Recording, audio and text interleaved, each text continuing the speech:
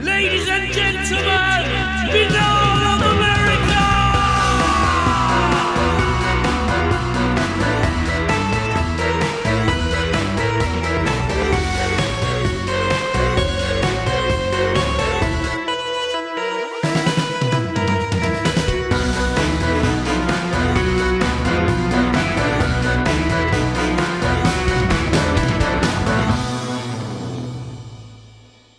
And now, ladies and gentlemen, your host, Tim Binnall. No commercials, no subscriptions, no network, no rules, and at the end of the day, my friends, no comparison. Welcome to another edition of BOA The Revival. We're bringing back an old friend of the program who we haven't had a chance to talk to in quite some time. I pointed out to him how long it's been, and he actually did mention he was on. We had a rollicking Christmas party like 2 or 3 years ago.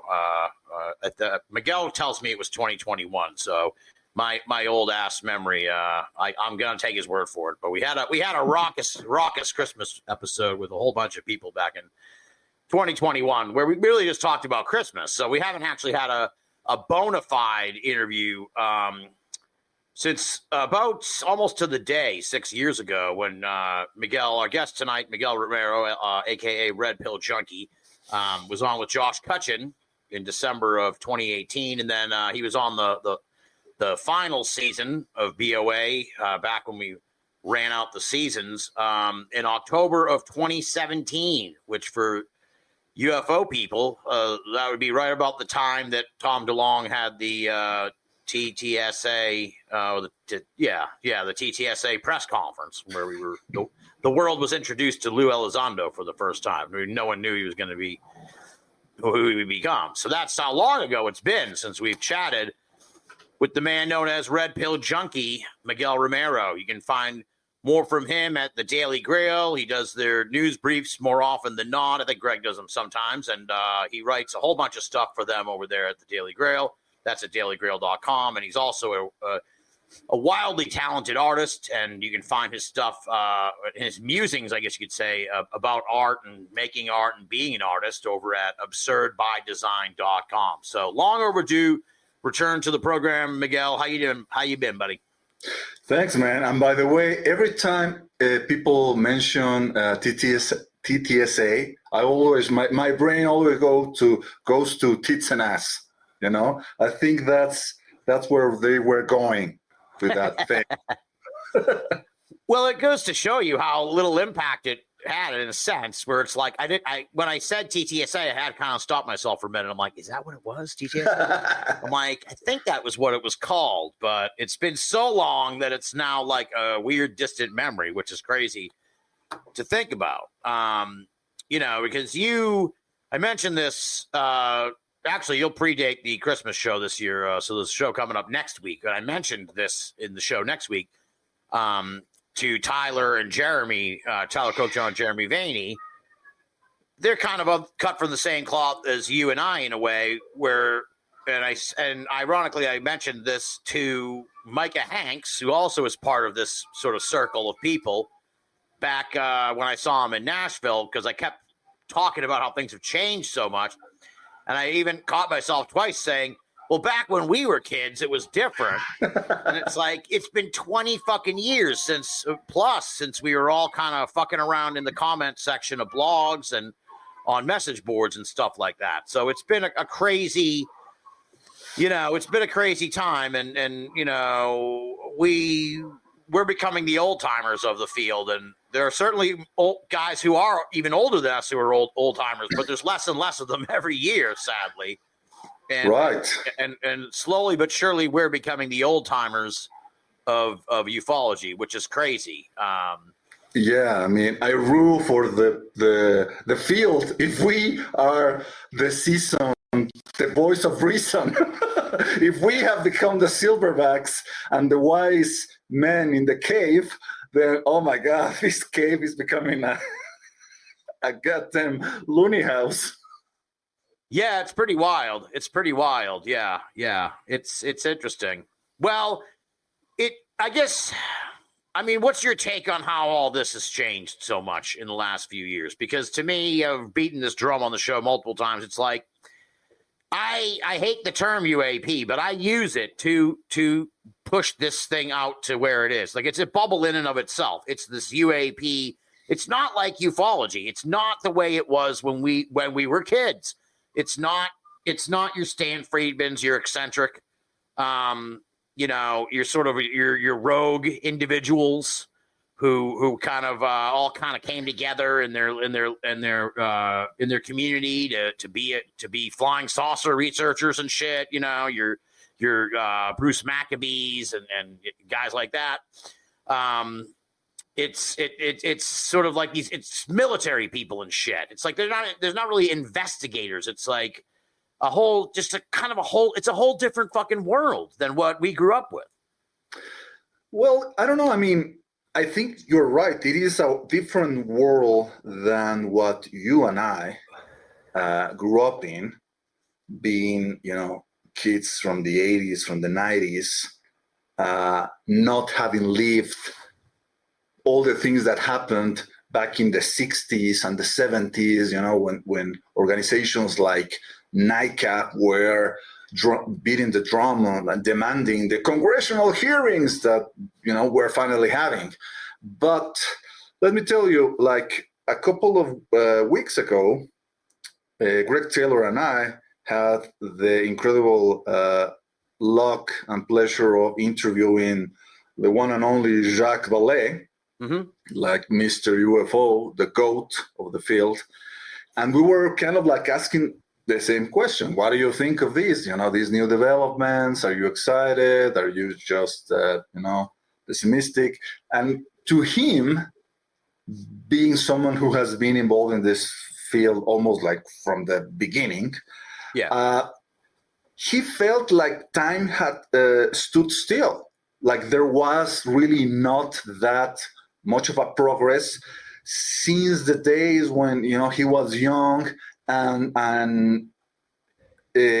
politicians like Gerald Ford were asking kind of like the same questions, but right. In that regard, the questions were prompted by the things that were happening in Georgia, the swamp gas that started the whole thing with J. Allen Hynek.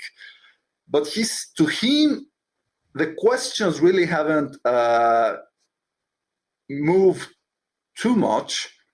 Right. In that camp, the camp of the politicians, the decision makers, the policy makers. Although on the other hand, he's also been on the record saying that he's lucky that part of that stigma has lifted. Remember how, like in the early 2000s, whenever there was something going on about UFOs, like I don't know, the Stephenville lights, that was a really important case. All the media networks will start those segments by playing the goddamn X-Files music. Yeah. That doesn't happen anymore. So, not as often. Not as often. But I mean, it is a little bit of progress, So we have to take that, Yeah, for sure. But I don't know. Yeah, you're right. I mean, and the other thing that I mentioned to him is that I'm sure for the public at large, people not like us, people who haven't been wasting their life reading about this shit and watching these documentaries and listening to the podcast and living this life more actively. Yeah. So to the average Joe, there must be quite of a cognitive dissonance, like having these hearings, these official hearings back to back. First, right, and they have those such disparate points of view or message given to the public. It's like this joke, almost like that I want almost to write, if I have the time. I want to draw a cartoon strip showing Sean Kirkpatrick, who was the former director of Arrow, who's becoming something of a villain in the UFO world. Yeah. So you have on the one panel Sean Kirkpatrick talking to a kid and saying, sorry, kid, despite all our investigative efforts, we have found no evidence that Santa Claus is real. And you have the kid like being disappointed, like, oh. Right. And the second panel, you have Lua Elizondo say, hey, kid, guess what? Not only is Santa Claus real, but he gave you a pony and he left it buried inside this horse shit. Oh, this big pile of horse shit that we found hidden in the Pentagon. So what are you waiting for? Grab a hose and start, digging. And the kid is like, yeah. So, you have these two people, like the ones that are saying, yeah, well, there's a tiny percentage of UAPs that seem anomalous, but we are sure that if we have enough information, we will be able to explain those away, which is basically the same argument that Blue Book was using in the 70s. And then you have the other people who are talking about legacy programs, that's the new catchphrase, and crash retrieval programs, and all these SAPs and all these groups that have access to extraterrestrial artifacts, and they are keeping it hidden. And they are advocating for giving protection to whistleblowers so they can come forward and they say, yeah, you know what? I shook the hand of an alien, or I was inside this craft and I turned invisible or whatever when I was inside of it. It is kind of bananas, yeah. What is the public to think about? Like, okay, these are people who are telling me this is kind of almost all is mundane, and these are the other people talking like Star Trek kind of stuff. Yeah, it is pretty crazy, especially like as you said, they had the two hearings like back to back. There was the zany one with Big Blue, yes, and questions about like fucking underwater alien bases. And hybrids and super soldiers and shit and all kinds of like crazy shit where it was like, holy shit, they're really going there on this one. and then like the next week it was I'm sure you probably saw both the hearings. It was like that one was like a packed fucking house, right? The one they had the next week with the new Arrow director, the fucking room was empty, dude. Empty. It was empty. It was like the two senators, the Republican and the Democrat senator, like no other fucking senators, and the guy, and like a room full of empty fucking chairs. It was and like, Susan Goff, like giving her the stink eye, like almost like no, don't go there. Don't tell them there are actually a few cases that are really, really weird. Yeah, that was probably the most surprising was when he was like, look, now there are some weird shit. It was almost like he felt bad that he was disappointing everybody where he's like, yeah, we can explain like 99% of them, but here's three really weird ones. So, but it's, I argued on Twitter in a post response to Jack Brewer, we're trying to get the fuck off of Twitter, but the sooner the better. But it was, I think it was before the Great Exodus. But someone in the UFO community or UAP community, said something like, well, fucking no one's going to come to Arrow with anything because they don't trust them and shit. And it's like, is that the case? Or is it possible that fucking a lot of these people are like the dog who caught the car?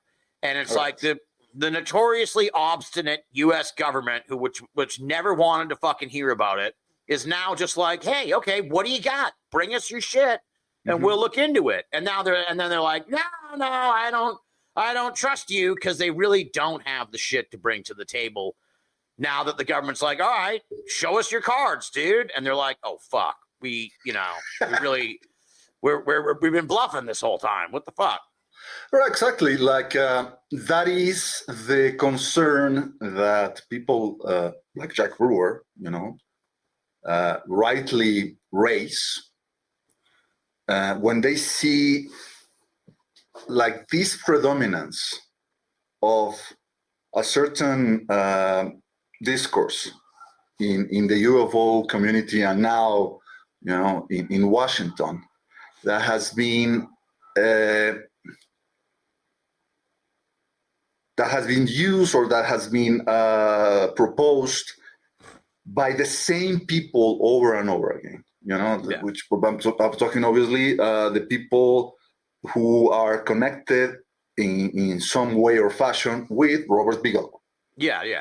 And there is this fear that it is all something of a I don't know, a vicious cycle of,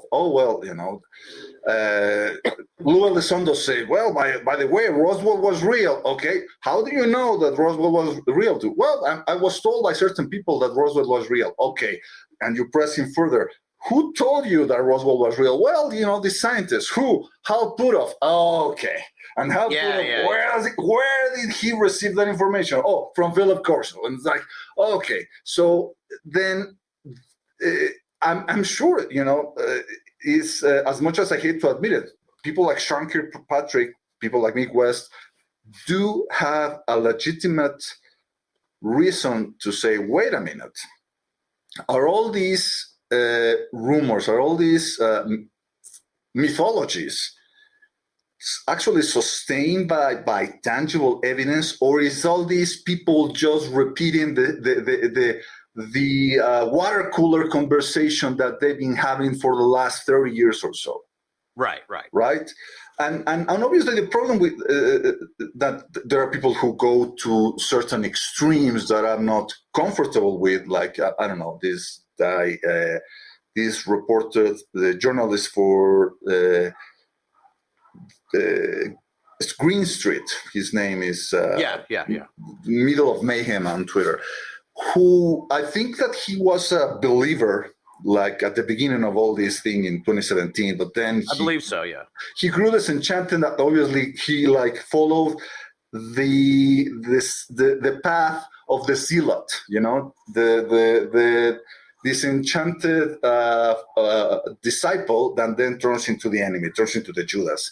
And then for people like him, everything that has the faintest whiff of Bigelow involvement turns into bullshit. Like, remote viewing. Well, obviously that is all bullshit because, people who believe in psychic spies and now they use stupid arguments like, people who believe in space ghosts when referring to things like Skinwalker Ranch. So the discourse, the discussion turns muddier and muddier because, yes, obviously we should take all these claims about Skinwalker Ranch with a grain of salt, especially because they come from the same people. But at the same time, throwing the baby with the bathwater is not something I will be ready to do, because there are people like Jacques Vallée, whose opinion I respect, who said, wait a minute, there were things that were happening in Skinwalker Ranch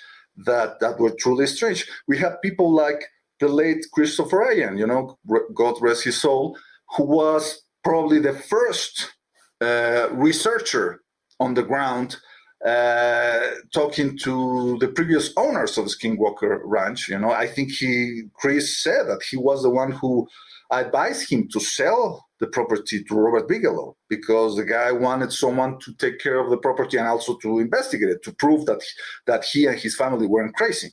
Right. So all these shenanigans that are making the field so polarizing. Maybe it's the sign of the times. Maybe it's a sign that, like, even the paranormal is like an example of what's happening in the culture at large.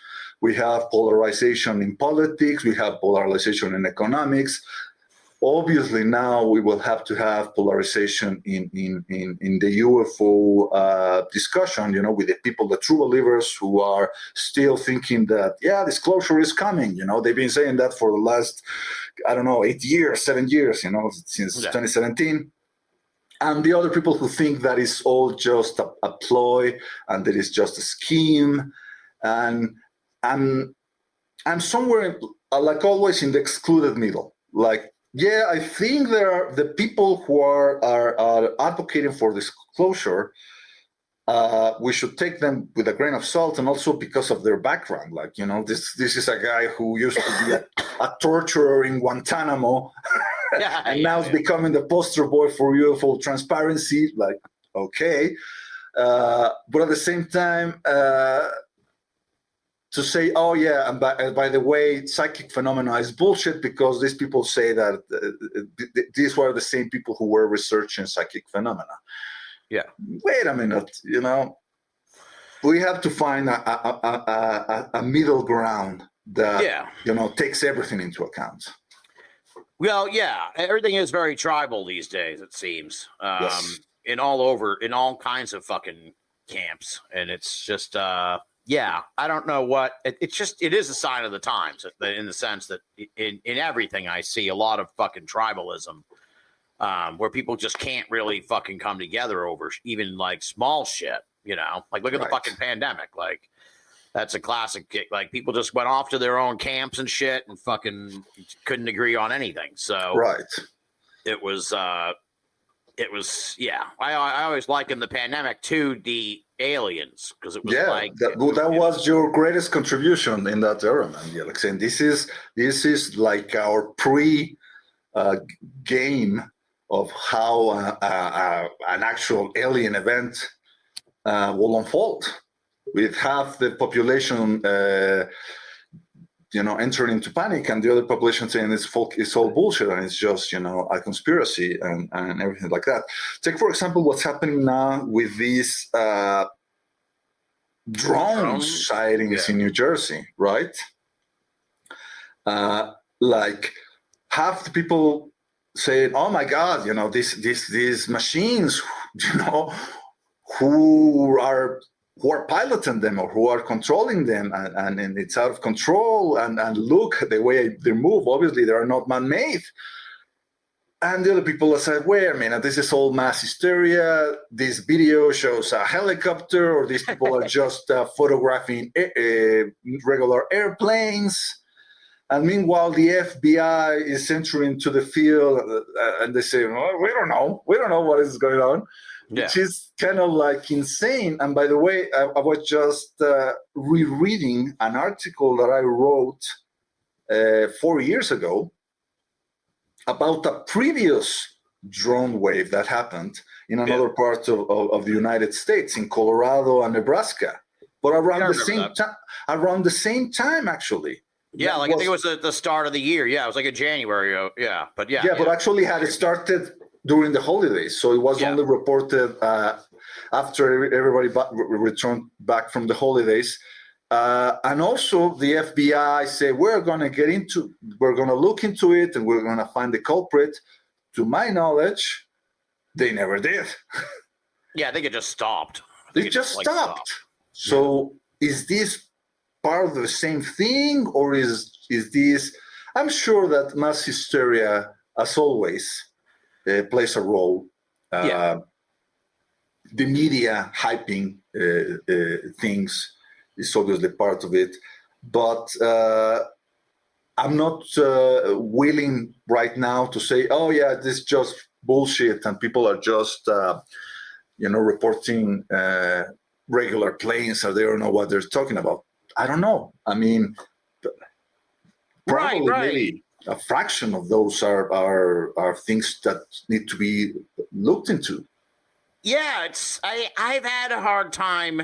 I haven't really dug into the story, to be quite honest, too much, because it kind of came up like right around the holidays, and I was just kind of like, okay, Thanksgiving holiday, so it's just kind of like, oh, this kind of slipped past me, and now it's percolated a lot and kind of become a much bigger story in the last week.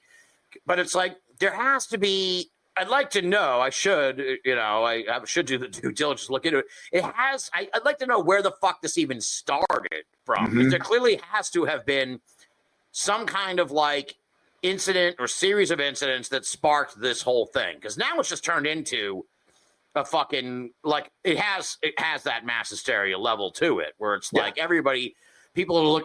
people are looking up in the sky in New Jersey that normally don't, and they're seeing shit that they otherwise would not even notice that some of them are fucking planes and shit. So it's like, no, man, you're just seeing a plane. But it's like, well, you never really look in the sky, so you don't really realize what it is. But there had to have been something that kind of kicked off all this stuff. I think it was like, I want to say they were saying drones were flying over Trump's fucking property in New Jersey, but I don't. Right. I think that was like Bedminster or whatever it's called. I think that was sort of the impetus for all this, but I don't recall. And now it's like now I think they're like, oh, it's spread to Pennsylvania now. And it's like, no, I don't know if it has or not. I think people are just kind of like getting all excited about this shit. And plus it's like, I mean, yeah, I don't, when it comes to the drones thing, I in no way am I like, this is aliens, though, which is funny because there are other people there. You see the UFO, some of the UFO folks, they're like, this is fucking aliens, and they don't want to tell us. And this is the invasion that they talked about for December 3rd, and this is the start of it and everything. And it's like, well, if they're fucking invading, I don't know what they're waiting for, dude. Like, they're just flying over the fucking over New Jersey. They're not even really. This is the weirdest fucking invasion I've ever seen. Like, to me, it's like this is either some other country or us, or like, you know, troublemaking people here on Americans. Like, not just not like, could be the government, could be fucking rogue fucking people in America. Look at that fucking guy in New York who shot the hell. Who the fuck? People are getting crazier and crazier and sort of coming up with their own ways to cause fucking trouble now, right? More than ever before. Yeah, it's weird. Obviously, the kind of drones that people are reporting, they say some reports mention that they were as big as a car, which is that is interesting. Obviously, that is no commercial thing that you can get on your Costco, right, or your local Radio Shack. And by the way, that reminds me of one of the really weird cases that the director of Arrow mentioned to the senatorial hearing when he was asked, about, okay, what are the cases that, you cannot explain? And he mentioned one about some deputy who was following, I think it was an orange orb or something, and then he reached to a place when he saw something he described as being blacker than black that then flew into the air, and it was, as he described, as big as a car. So could that be related to this? It's a possibility. I don't know. Obviously, I'm speaking out of my ass. And the other thing that reminded me, this mention of Trump's golf course, it reminded me of how also on the Stephen Bill case, the original case, they mentioned, remember how they mentioned George Bush's ranch, how the trajectory of these objects apparently was going to take them directly over Dubia's ranch, which obviously was restricted airspace for security reasons. Yeah. So there's that. But like you said, obviously, it's interesting how the reaction of people is different when they assume they are dealing with man-made technology, in this case drones. Who's piloting them? The Chinese, or maybe it's a government exercise. Nobody knows what they say. Okay, these aren't aliens. It's kind of different than if people actually saw something truly anomalous, right? Right. But then sometimes it's difficult to tell the difference. Like in that article that I wrote 4 years ago, I mentioned Gabe Valdez, how he was this police officer in New Mexico. I don't remember where. He was investigating cattle mutilation cases that was happening in his area, and there was this time when he and other people like cordoned this area, and they were like surrounding this orb in this football-sized field. and then the lights of the object like winked out, and they could like perceive the object like floating above them, and they were hearing the object emitting a sound like a lawnmower, like a gas-powered lawnmower. Oh, weird. So that tells me, okay, either the UFOs are very good at mimicking Earth sounds, or this was some type of drone prototype that someone was flying in the early 1980s. Yeah. You know, like it's difficult to ascertain the level of advancement in the black holes. So I'm sure that if you analyze like the videos that the people like Bob Lazar were recording in Nevada near Area 51, you see the light hovering and moving in some ways. If you showed that video to a kid without explaining them the provenance or the date, they will say, "Well, dude, that's a drone. You know, somebody's playing with a drone." Yeah. And maybe someone was testing some type of, advanced or prototype drone back in those days. You know, and 30 years is a long time. 30 years is a long time to develop drone technology. Yeah. No, I firmly believe that a significant percentage of UFO sightings from like the 80s, 90s, and turn of the century were actually drones. Like I'm almost, because we never fucking heard about drones. Dude, when we were kids, when we were coming up in this, no one fucking even suggested drones. They weren't a thing. Like they hadn't even come along. I don't know when, I would have to do a Google search, like a Google trend search to find out when drones, they're like Bitcoin or something. At some point, they burst into the public consciousness, and then it was like, oh, these are drones, and it was like, oh, people were crazy about drones when they first came out and shit. It was like, oh, it's the big new thing. But like up until then, no one even talked about the possibility that these things could be drones. And so when you look back, it's like, oh, I bet you a shitload of those were drones that the government was fucking around with. Like there has to be. So yeah, what's interesting to me, I was thinking this the other day, too. I don't necessarily think they're suggesting this, to jump back kind of to the UAP and congressional stuff. But the use of non-human intelligence as the term makes me wonder. Now, we always talk about how, like, the UFOs always seem to be a little bit ahead of us technology-wise. I wonder if like, we're kind of seeing a collective psychological evolution in our perception of these visitors, let's say, for lack of a better term, wherein we're like, look, they're not fucking physical aliens like we've seen in the movies for all these years. They're like they're fucking robots. They're artificial intelligence. They're technological. Like, I wonder if as a society, we've speculated on this shit for years, guys like us. I wonder if as a society, we will eventually get to that point where we're like, okay, actual living creatures in a craft.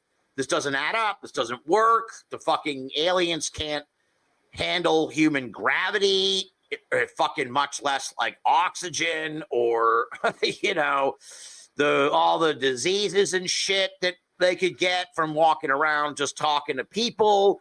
So clearly this has to be some other thing that is more palatable if it's coming from outside the planet, if it's otherworldly, let's say, it would have to be like robotic. I guess not necessarily making the case for that, but just that maybe we as a society will come to that conclusion, and the whole alien thing will become as sort of as sort of like fairies, or people like look at it like fairies. Now that's setting aside, obviously, I'm going to let you go now, but in a minute, but I'm kind of setting you up. I'm going to a long fucking sort of rant, but that's not discounting the obvious possibility that this is some kind of other worldly thing we share on our planet. Kutch, God bless them, Kutch, the fairy thing, the aliens.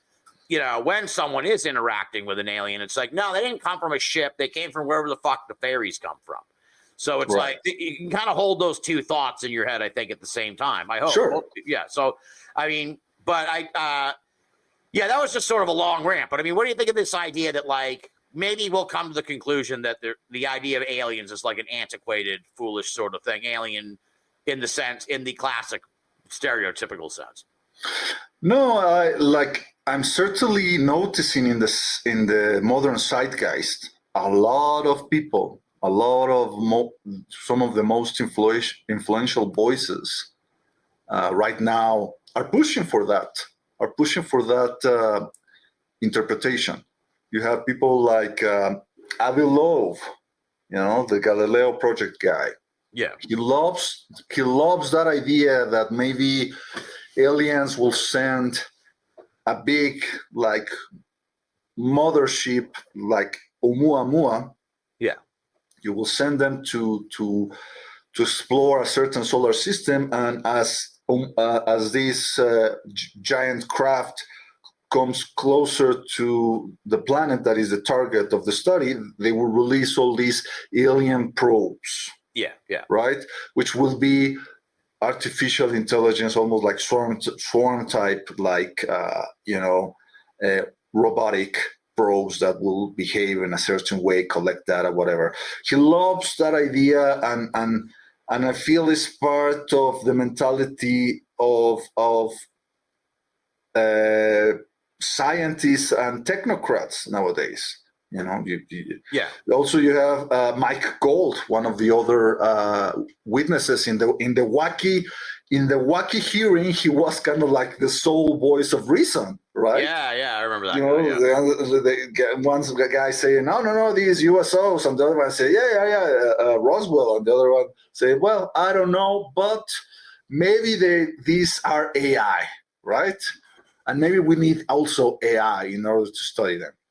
Yeah. So you definitely have these, let's call them technocrats, who are quite comfortable with that explanation for the UFO phenomenon. And it certainly seems plausible, but I fear that we are falling in the same type of anthropomorphization. I don't know if I say that correctly. It makes sense, yeah. That we always fall into whenever we encounter some type of phenomenon. It's like even in our advancement in the study of nature, we use our technology as a metaphor. And the more advanced our technology, the more sophisticated our metaphor. Like back in the days of Isaac Newton, people thought that the universe worked like a giant clockwork machine, right? Yeah. And now, obviously, that doesn't work for us because we have more powerful machines. We have computers, and now we say that, well, maybe we're living in a simulation, man, and this is like the Matrix, and this is actually like a giant computer simulation. And not only that, but those same people also said, and by the way, you don't really have a consciousness of your own. You're just a meat robot, and your brain is the mushy CPU running your program. But the problem is that people forget these are just metaphors. They're not reality, and we tend to confuse the map with the territory, as it were. So I obviously don't discount that idea of non-human intelligence being maybe not non-organic intelligence, but I also feel that we shouldn't fall into the folly of saying, oh, then that means they are machines that someone built. Like, okay, maybe, but maybe that's not the case. Like, getting back to our friend, the Koch, he wrote 2 whole giant books about telling how comparing UFOs with the death, and how maybe the UFO could be seen as a psychopomp that is more in common with what happens to consciousness after we cross the threshold of physical life than with high-end computers like traversing the universe. And maybe I'm more comfortable with that idea because I feel that those people pushing for the AI angle are the same people who don't pay attention to the thing that is my jam in the UFO world, which is the high strangeness of it all. Yeah. Like, okay, you're saying these are AI, but if these are AI, then they are following a logic that has, nothing to do with your idea of how a rational survey of a planet should take place. So forget about your probes that collecting data, whatever. What about these guys who were handing out pancakes to a chicken farmer? In the 1960s. You have to explain that too. And maybe one way to reconcile this idea with the other idea is going back to our patron saint of high strangeness, which is John Keel, right? John Keel was thinking about these ideas when he wrote The Eighth Tower, which is his kind of the strangest book, probably the one that people didn't read, but it's the one in which he proposed how the UFO phenomenon was maybe a manifestation of some type of ancient computer that was malfunctioning. And I think that idea is obviously very suggestive, very interesting. And I even wrote an article for the Daily Grail this year in which I compared the UFO phenomenon with something that is called the ELISA effect. ELISA was one of the first prototype of a chatbot, but this existed back in the 1960s, so a really primitive form of chatbot. Yet, nonetheless, people managed to really engage with the program because they were fooling themselves into thinking that the program was actually paying attention to their answers because the program was just repeating back what they were typing, right? Yeah, and that's something that even therapists do during a psychotherapy session. They're repeating what the patient is saying, and that's what the report is going. And because the idea is that the patient figures out the things in their head on their own. So computer scientists were saying, wait a minute, so people, even really smart people, can be fooled into thinking there is an agency and there is a sentience on even a program that is so simple and primitive than that ELISA.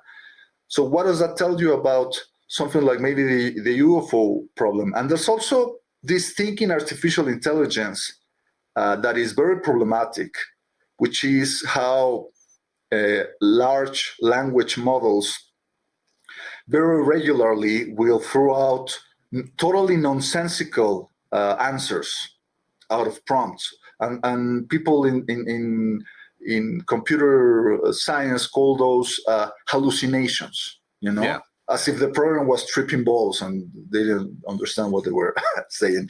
So I was saying, well, wait a minute, what if the UFO phenomenon works in a certain way, and whenever we see this high strangeness is the result of some type of AI hallucination, instead of thinking, oh, look, the aliens are so much smarter than us and they are trying to teach us something with their nonsense, or maybe there's some type of control mechanism that Ballet proposed in the 70s with his book Invisible College. What if the UFO phenomenon is really not sentient and is really not smart and it's just some kind of weird projection of our psyche, and we're only receiving nonsense because we are in a way very nonsensical in most of our lives?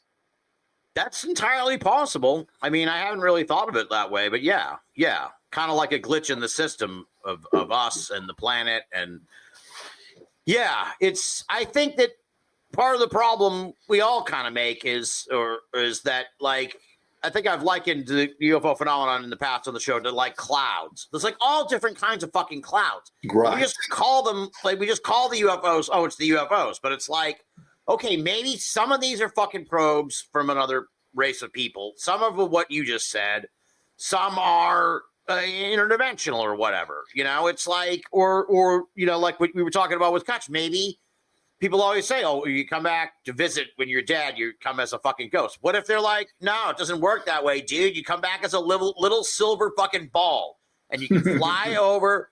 You can fly over your old fucking hometown and take another look at it, but that's all you can do. And then you got to come back to where we all exist in the afterlife. And it's like, oh, okay, fine, whatever, sure. I'll be a little sentient little silver ball that can fly, you know. And it's and you know, and they can't shoot it down or whatever because it's just like, all right, yeah, I'm back. Just, oh shit, they're coming after you. We're gonna pull you back up to the to the other world or whatever. Yeah. What if they have technology in the afterlife? I don't know. I mean. Nikola Tesla. Go ahead. Well, I was just going to say, I'm not even suggesting that it's no. That's technological. It's just it could just be a fucking, I don't know, a little silver fucking ball. It might not even be metal. It could be plastic. I don't fucking know. It's just that's just how it works. You know, it's just how it works. Like I was going to say that Nikola Tesla, like it is said that he was able to envision his ideas, his plan for machines at such a level of detail that he could, like, you know, instead of just having a fuzzy diagram, he could actually, like, envision in his mind 3D representations of these machines to the level of cogs and gears, or I guess in his way, because he was more of an electrical kind of guy, like wires and coils, transformers, whatever. So and he could leave those things like running in his mind, and then, you know, he will go and have dinner, whatever, go to sleep, wake up the next day, and the machine will still be like running, you know, and he will be able to see how the machine was going and say, oh, you know, I need an amp or a resistor there, you know, because it's kind of starting to like throw smoke, whatever. Obviously the frustrating thing is we still don't know. We still beyond saying UFOs are real. What other like level of knowledge have we been able to gain in these 70 plus years of studying the damn things? I would like to like get Valet and the other like 5 top ufologists that remain. Obviously, Stan Friedman is no longer with us, and like sit them all in a room and say, okay, guys, give me 5 incontrovertible truths about the UFO phenomenon that all of you agree on. And I bet they will not be able to do so. You know, other than saying, okay, UFOs are real, maybe saying, okay, the UFO phenomenon has been messing around with UFOs are real, maybe one. Number 2, UFOs are global in nature, that they have been reported in all. And beyond that, if we say, okay, UFOs have been observed for thousands of years, I'm sure some people say, wait a minute, no. We can only go back to the 1800s, but before that is just mythology. So it's kind of weird, you know.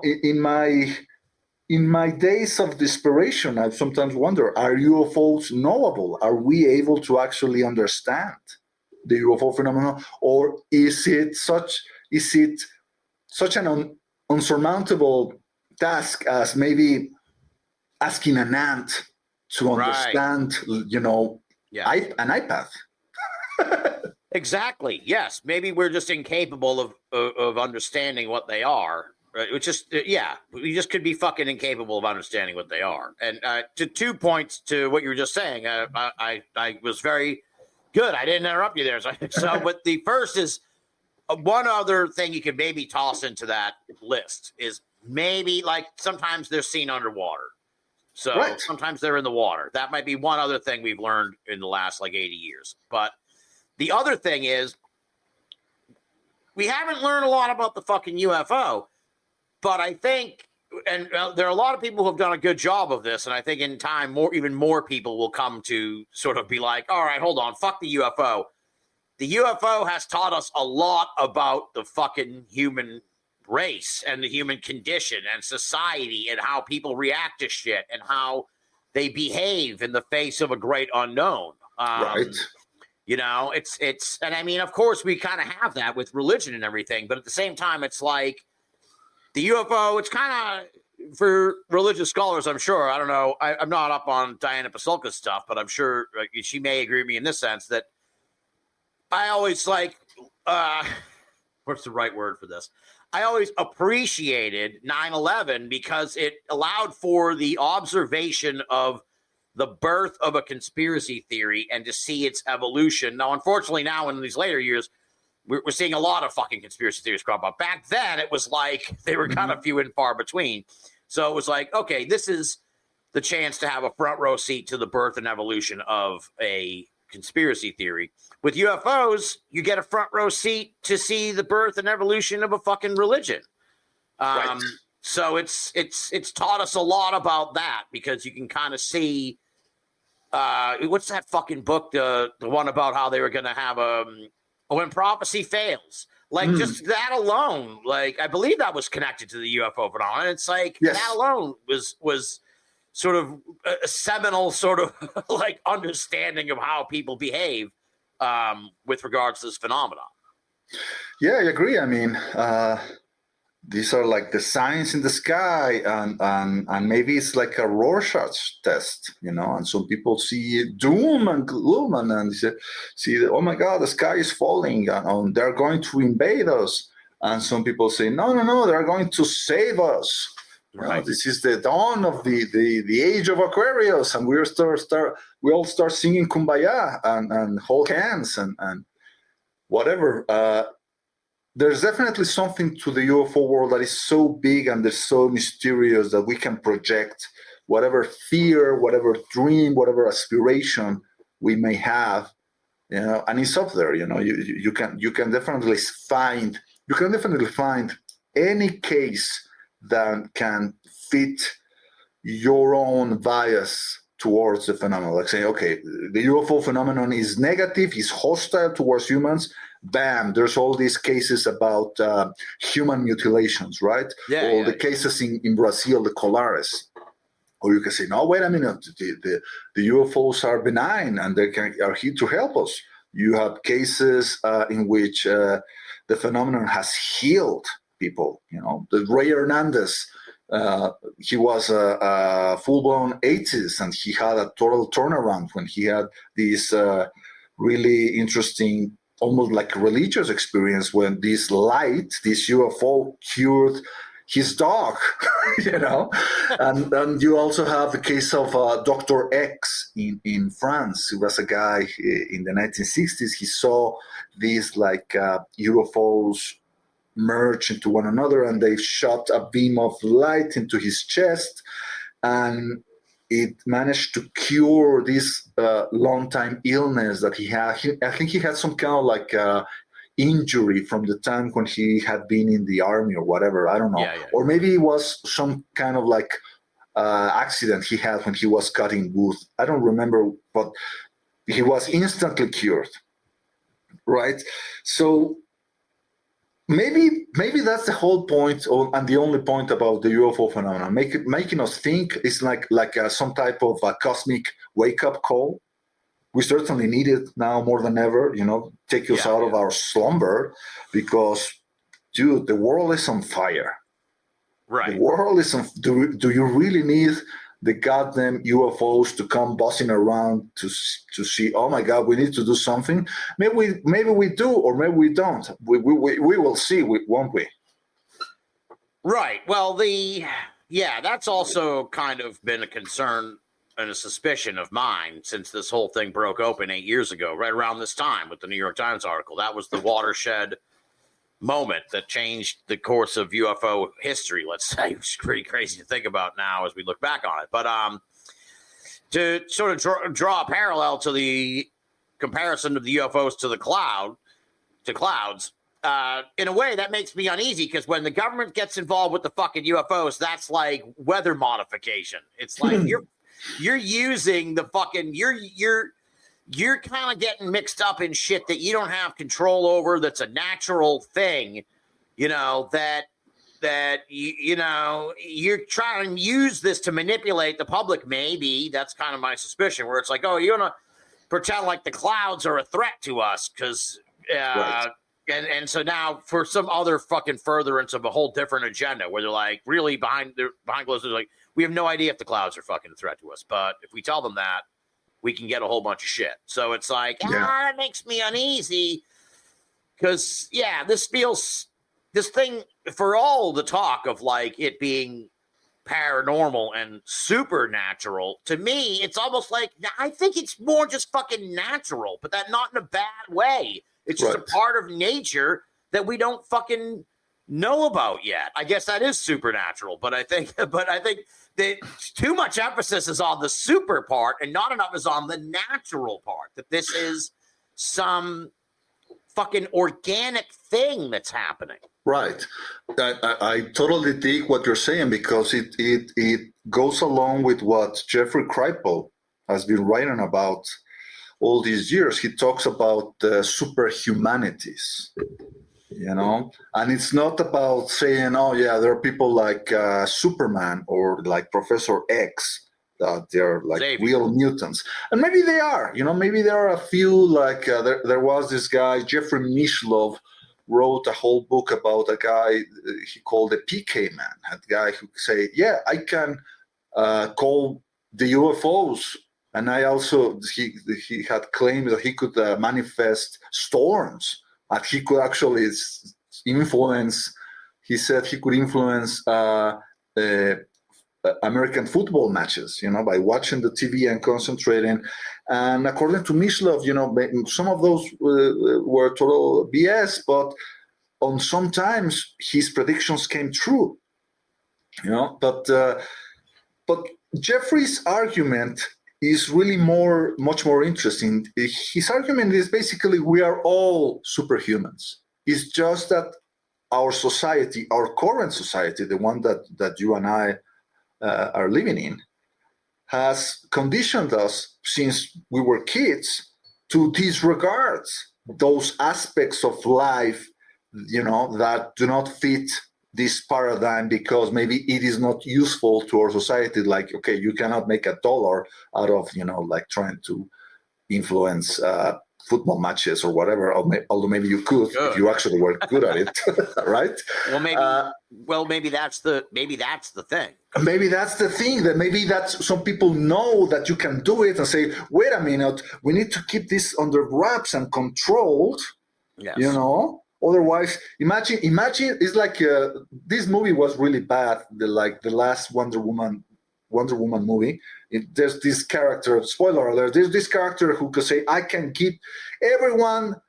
grant everyone their wishes." I'll say, I want to be a millionaire. Granted. I want to be a rock star. Granted. I want to be 10 foot tall. Granted. Imagine that would be madness if everyone were granted their wishes. The world will fall apart. So maybe there is, and this is something that another person, Dean Radin, I highly respect him, said that maybe that is one of the things why sometimes like magic or psychic phenomena has such a small scale effect under most conditions, because maybe there's kind of like a fail-safe mechanism in the universe that will keep you from like blowing the whole thing up just by like manifesting your dreams, and maybe, like I said, that's a good thing. Imagine if you had the capacity to manifest your reality. I won't be able to control it. I have scary nightmares. I'm afraid, for example, of spiders. I imagine right now I'm thinking of like a giant ass spider in front of me. Imagine having that thing right now. Yeah. You know? So I don't know. It's but the point is, like, yeah, the more I progressed in my studies of the UFOs, the more I learned that maybe the UFO is not the thing that we should be paying attention to. It's us. Right. We are the real mystery here, you know, and it seems that the UFO is connected to it, but I feel that the UFO is almost like a pointer in the map, but we, or maybe like a finger pointed to a certain part of the map, but for most of our history, we have behaved like dogs, looking at the finger instead of where the finger is pointing at. You know, like maybe the finger is not important. If the finger is just pointing to a certain direction that we need to take in order to, I don't know, complete a revolution or manage to achieve something that will help us to. Christopher Ryan, used to think that the UFO phenomenon was a trickster that was trying to help us to, like, leave the planet, conquer the stars, leave the planet alone so the planet will flourish once again. There's a certain beauty to that idea. Yeah, I like that. Maybe, you know, like I said, we're just guessing. I think that's also part of the thing. The beauty of the UFO phenomenon is that it explodes your imagination. That's the thing that I love the most about this thing. Yeah. That is true. UFOs, like you were saying earlier, like a Rorschach test. It's like, they'll make you think. If you get into it, you get, you know, like some of the guys who've been on the show are guys and gals, Pat Bolin and Darren Schaefer and Drew Hurstby, talking about the Cooper vortex with DB Cooper. It's like the UFO vortex is like a fucking Bermuda Triangle, man. It's a super vortex. But you as you were talking about the Wonder Woman thing, I was thinking, it's you were also saying, you were referencing someone who was saying that this is instilled in us as children not to dismiss this stuff, and I think it's not only that, it's a millennial fucking thing. It just goes back. So we're like the fucking 40th or 50th generation to have be trained that way, and it's like so clear. So everyone who's trying to break against it is pushing against this fucking this millennials long fucking conditioning process to get us to not fucking acknowledge and utilize these skills that people all have, because and you get angry, right? You're like, what the fuck, man? Why won't they just fucking be like, yeah, psychokinesis is real and fucking psychic powers are real? Why they always got to shit on it? And it's like, well, it's part of this millennials long agenda to fucking make people not embrace that, because if we all figured out that we could do that, shit would go fucking haywire. And it's like you kind of have to begrudgingly be like, yeah, you're right. You're kind of fucking right. You're kind of right that maybe we shouldn't let everyone know that fucking you can move shit with your mind. Like maybe if we acknowledge that that's a fucking possibility, like a lot of bad shit will happen. So yeah, exactly. So it's best. So I don't know. It's weird. It's a weird conundrum in a sense. Right. Remember, like, one of these advocates for disclosure, Stephen Greer. You know, nobody listens to Stephen Greer anymore, but he's still out there, you know, nonetheless. Like, he was one of the OGs. Like, one of these arguments is, the moment that they finally admit the UFOs are real and that they have all this technology is then when they will finally release this 0-point energy tech that will free us from the clutches of fossil fuels, and everybody will have unlimited energy. And you think, wait a minute, do you really want everybody unlimited energy? Tim, I know that you remember better than I what happened when these guys put a bomb on the Boston Marathon. Yeah.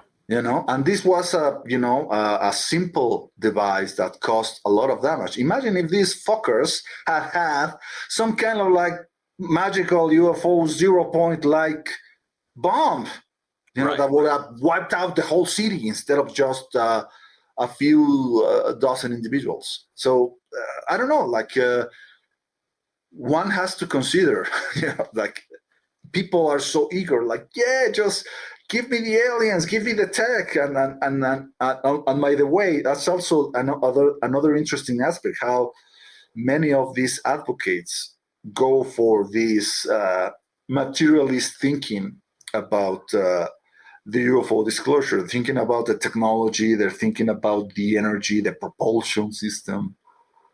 And I also even see that in the new interest from academia and from the private sector. I feel, maybe I'm totally misguided, but I feel there are certain parallels between this new interest in the UFO field and what happened to the psychedelic world in the 1990s and early 2000s. When people were starting to look into the research of Dr. Rick Strassman and other organizations like MAPS, and they were saying, wait a minute, these drugs are not like the malignant thing that the government have been warning us about for like 50 years, ever since, Nixon put a ban on all of that and declared a war on drugs.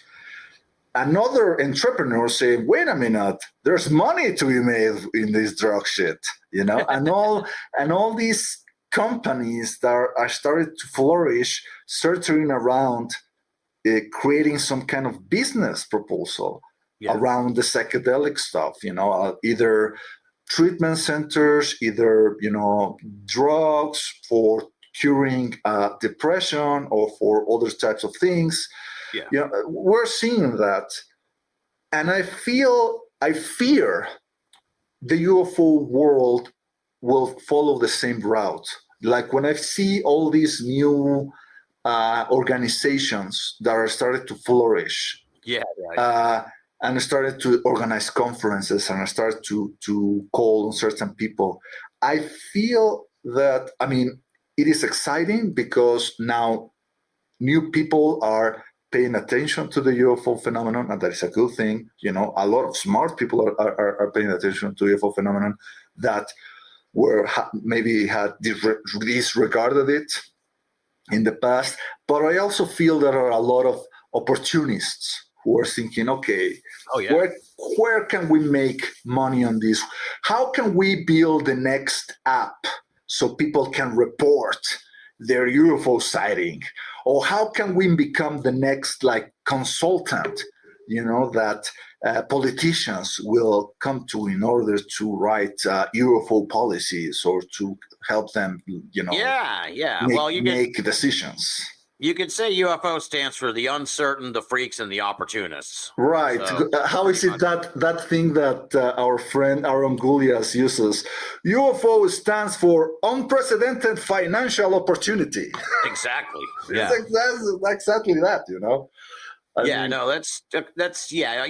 do see a lot of that too. Yeah. There's a lot of people that are kind of jumping on it, and it's like, all right, what's your deal, man? So it's very interesting. I lost my train of thought. There was something you said earlier, and I was like, oh, I want to mention this but then I came up with that UFO joke, and I completely fucking pushed the thought out of my head. But yeah, it's interesting. Things have changed quite a bit, and I'll be interested. You talk about these organizations. To me, it's like, okay, but come back to me. Not you, but let's check in on these folks in 10 years. Right. Let's check in on them in 15 fucking years. Because I've been in this for 20 years now, plus, right. And so have you. And it's like, we have much different opinions on this subject after trying to fucking wrestle this fucking phenomenon for 20 years. And it's like their attitudes and thoughts are going to really fucking change over time. Talk about a study. That would be, Find out how they change their minds, because this isn't an easy thing to fucking dive into. Right. I mean, And stay with. And stay with. People have come and gone. Like one person that probably few people remember is a guy by the name of Joe Firmage. Oh yeah. This guy was something of a computer whiz kid, Mormon background, and that is important. You know, I think he was born in Utah, and he had, according to him, when he was a young guy, an experience that some people say, well, that's a close encounter, you know, you like an alien close encounter. And some people say, wait a minute, that's a religious event, almost like Joseph Smith, the founder of the Mormon Church. Like, he claimed that a tall, glowing entity, a man, almost like an angel, let's call him an angel, appeared in his bedroom, and he kind of made a deal with the entity, because Joe told him, you know, that his desire was to travel into space. That was his greatest ambition in life. And the angel kind of like shot out some kind of like glowing orb that landed in Joe Firmage's chest, something like disappeared there. And then, long story short, this guy created like a precursor or maybe a competitor to what Bigelow was doing with NEEDS. Like, he was trying to assemble a team. He was trying to assemble a team with the usual suspect, nonetheless, you know, the usual crew trying to replicate UFO technology. Actually, one of the people involved in this was the current owner of Skinwalker Ranch. You know, this guy, Brandon Fugal. Yeah, he was one of the guys who was one of the investors, and they invested, I don't know how many thousands of dollars, maybe millions of dollars, and it didn't arrive to anything. Yeah. You know, so yeah, and obviously that thing ended up in smoke. So it will be really interesting to see exactly, in 10 years from now, exactly, like how many people will remain in the subject, how many will lose interest and say, well, this, you know, these ufologists, they keep running in circles like chickens, or others will be actually scared by the phenomenon if they actually have an experience of their own, because the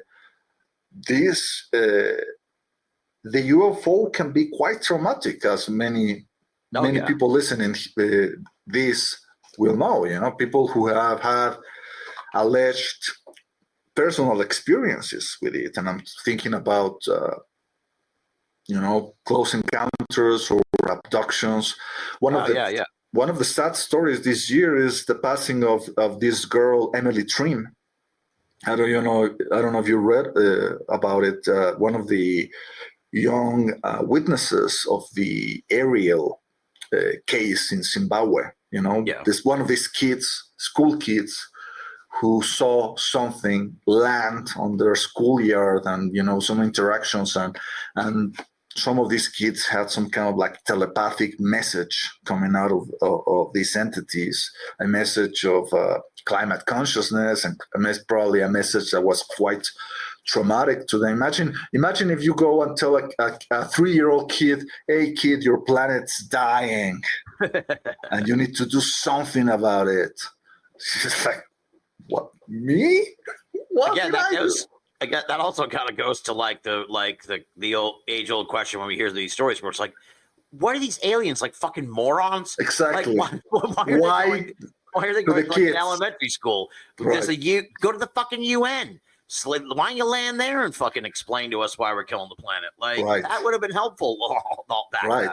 It's the same playbook they've been playing all along. You know, here in Mexico, in a few days, we're going to celebrate the Day of the Virgin of Guadalupe, which is in Mexico. I mean, that is bigger than Christmas, right? Like we have like the Virgin is, God is here, the Virgin is here, and Jesus and the other people are below her.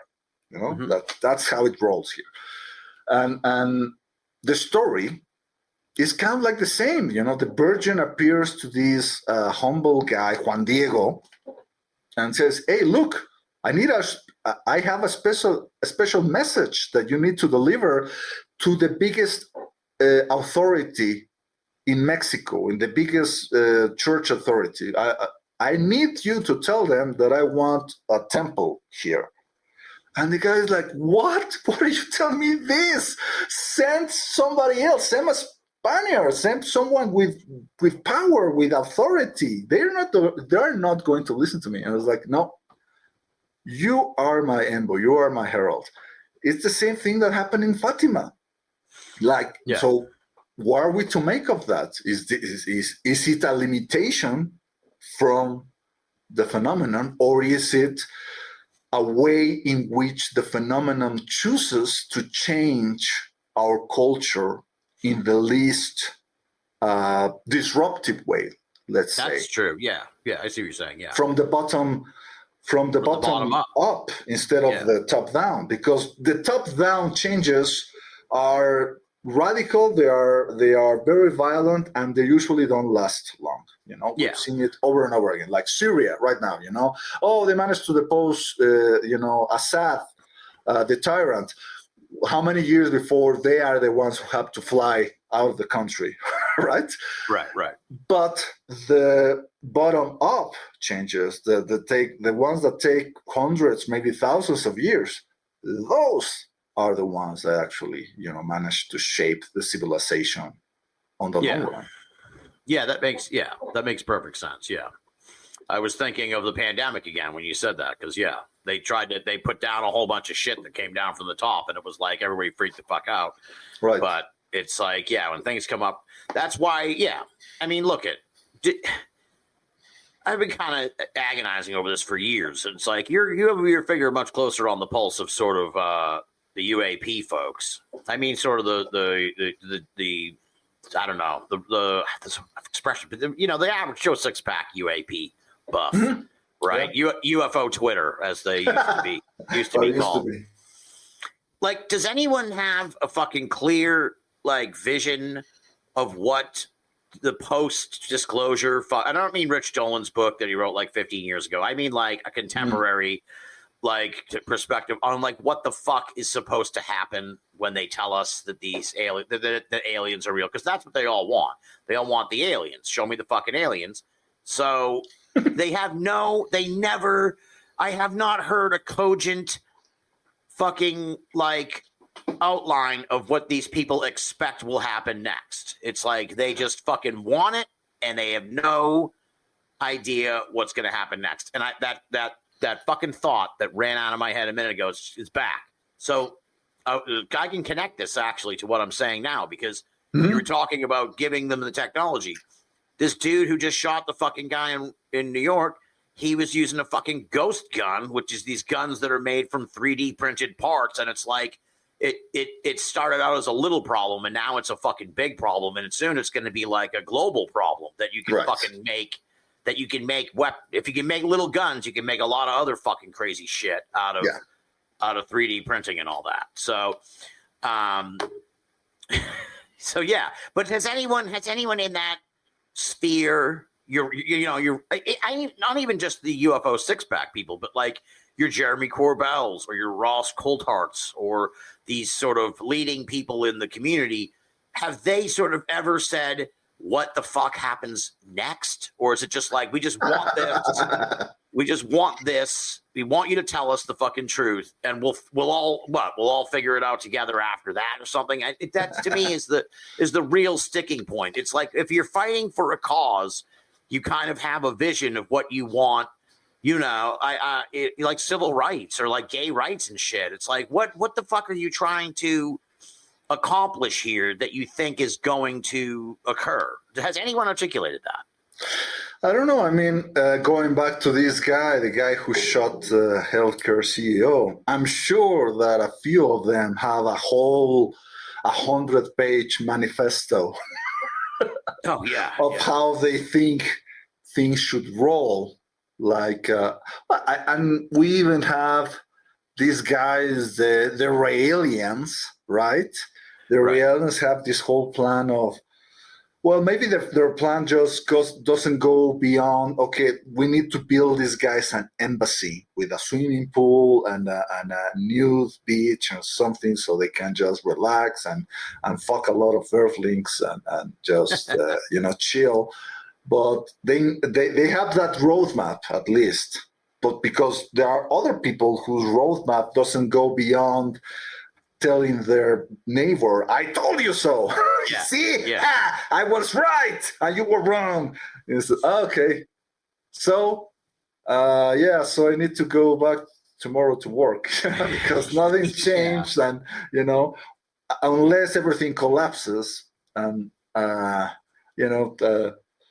it's hard to ascertain, you think, it will take a time for things to collapse. I'm not sure. I mean, look what's happening in France. The French government is kind of like going through a crisis right now. Look what's happening in Russia. It's what happened in Syria, as I said.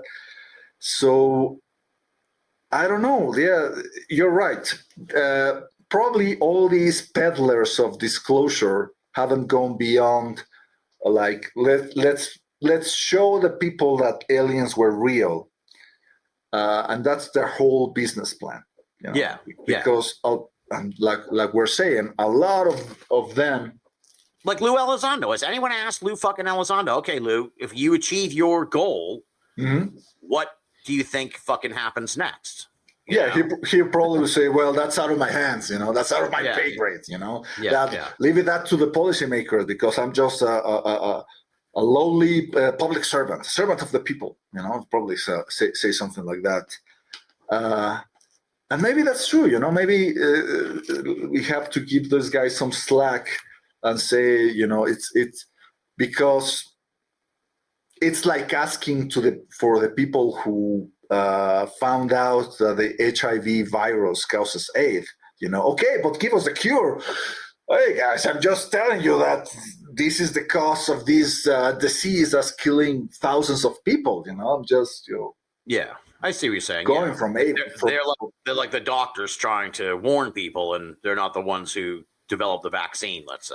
Yeah, and maybe there's no vaccine that can be created. I mean, not a vaccine as we envision it. Remember how, like when we were young, all these science magazines were telling us that as soon as we were able to crack the human genome, there are all these miracle cures for Alzheimer's and cancer will magically appear because we'll be able to figure them out. And then guess what? They managed to figure the genome. Turns out it was way smaller than they were expecting and way more complex. But cancer actually is caused by a whole lot of factors, not just one gene that we wanted to find out the cancer gene and just turn it off and boom, no more cancer in the world. Yay! But no, that's not how it worked at all. We're like 30 years later, we're still waiting for one single miracle cancer cure, and the best cancer cure is to just keep going to the doctor and keep, getting a colonoscopy and until they realize, you're starting to get cancer, so they're going to treatment. Right.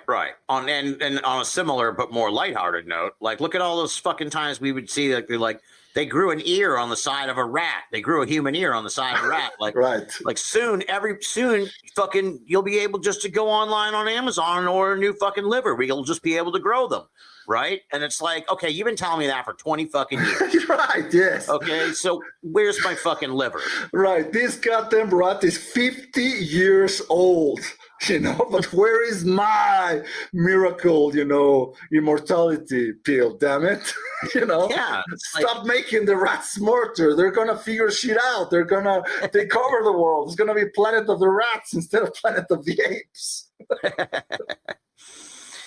Yeah, they make a lot of promises, these scientists, but a lot of this shit, it takes way too fucking long, man. I'm still hopeful we'll get back to the moon, but we'll see. Yeah, well, I've been waiting for sure. My entire life. for the moon, and remember how they have been promising nuclear fusion, like ever since the 1980s. Oh yeah, we're gonna build this like donut-shaped reactor, and we're gonna figure this out. This fucker. Meanwhile, and that's how also a lot of conspiracy theories sprung. There's so many people in this field who are certain that anti-gravity was figured out in the 1950s, and just like in that chapter of The Simpsons, someone, whacked the scientist, and they took all the papers, and they hit them, and there's no, we need to keep burning oil because oil is the thing that we're making money of, so. Yeah. Well, it's really interesting. Yeah, you did raise a really good point earlier that kept me thinking. It was just that, like, maybe we decry these cover-ups and shit, but it's like, maybe it's just for the greater good because they can't, like, fucking mass produce this shit. Like, shit would be bad. Right. The old thing. It's like, if it falls into the wrong hands. And now with technology, it's like, like the idea that like something could fall into the wrong hands back in the ancient days is like really not. It's reasonable, I suppose, but it's like it's not going to happen fucking like overnight or whatever. Right. But here it's like, okay, everything's connected now in a way that it's much more accessible. So right, like for example, people in the sci-fi world, people who are like science fiction, they know about the Kardashev scales of civilization, right? The type 1 civilization is the one that is managed to harness the energy output of their whole planet. The type 2 civilization is the one that manages to harness the energy output of their entire solar system. They build some kind of like Dyson sphere shit, something to harness all the solar energy from their star. Type 3 civilization is the one that manages to harness the energy output of an entire galaxy, and so on and so forth. Yeah. So supposedly under that scale, we are like types 0.6, 0.7, something like that. But what people don't realize is that in a type 1 civilization, any one citizen of that planet will be capable of destroying the whole world if they wanted to. Right. So in order to manage to reach that stage without blowing everyone to kingdom come, it's not only just a matter of harnessing more and more and more and more energy, as much as we can. It's also, you have to educate the people, you have to create conditions of empathy, of a societal order that's actually manageable without, the things like, the fear of imprisonment, of wars, whatever. So it's like in the UFO world, there are two camps. There are the nuts and bolters. They want to show me the propulsion because I want to travel to Alpha Centauri, damn it. And there are the love and lighters. They were like, oh, the aliens are trying to teach us that we're all one. And everybody laughs at the love and lighters. But I feel that at the end of the day, they do have a point. That unless you manage to understand that if there is an injustice that is befalling on a certain part of the population, no matter how small, it affects the whole of the species. Right. In the long run, like, I don't want to get too political, but look at what's happening at Gaza. Like, everybody's saying, oh my God, how horrible, but, what can you do? And that thing will have ramifications in the next 2,000 or 3,000 years. What do you talk? What I missed what you said about Gaza. What's Gaza? The Gaza Strip in Palestine. Oh, Gaza. Okay, I'm sorry. Yeah, sorry for my accent. No. But I mean, think about Yes. it. Those people have been fighting for the last 5,000 years, and if we let it, they will keep fighting for the next other 5,000s. Yeah. And that is totally untenable. And imagine if you gave one of those kids whose parents were bombed one of those 0-point energy devices. Oh God, yeah. Is he going to travel to Alpha Centauri and escape, or is he going to avenge, get some type of revenge? Yeah. So maybe we need to figure that shit out before we ask the aliens to land or the government to hand us out the 0-point energy or whatever. This is our assignment. This is our task. We have failed to do so for the last, I don't know, maybe since we invented the printing press or something. But the time is running out, right? Because like I said, the world is getting more and more unruly. Some people have said that the metaphor of climate change as that you keep seeing videos of all these disasters recorded over a phone over locations that are closer and closer to where you live until finally that video was recorded on your phone and you were the one recording it. And that actually happened to me this year, Tim. Yeah. Like earlier this year, there was this fire closer to where I live, and it took a while to be taken under control, but it was fucking scary. Like saying, what happens if this shit, doesn't get control and actually burns the whole neighborhood? Right. And look what happened in Australia, in California. It's almost like every year nowadays, in some part of the world, they get the fire raffle. These are the guys who are going to get the uncontrollable fires for a whole month, and all these videos. And this is the situation now. And then when you have that under consideration, it's kind of difficult to be sympathetic to all those people in UFO Twitter, as it was used to call those, who still think that UFOs are the most important topic on the world. Like, dude, are you paying attention to climate, to politics, to all the current conflicts that are happening right now, and you still want us to devote brain power to this thing that is not coming, that it hasn't come for the last 30 years, and chances are you and I, team, will be dead before there's final resolution, and maybe there will never be a resolution. I don't know. Yeah, it's almost akin to like they're praying to a false god to get us out of this fucking mess. Right. And it's like a lot of the rest of us are kind of like want to be like, get off of your fucking knees, dude, and like grab a fucking bucket of water, bro, because this place is on fire. Right. It's kind of like, look, we'll deal with the fucking aliens after we're not on the cusp of World War III. Mm-hmm. So let's, or after the war, whatever. Right. It's one of the things that infuriated me the most out of Stephen Greer's argument, like saying, as soon as they give us the 0-point energy, we will be able to end world hunger. It's like, motherfucker, we could end world hunger right now if we wanted.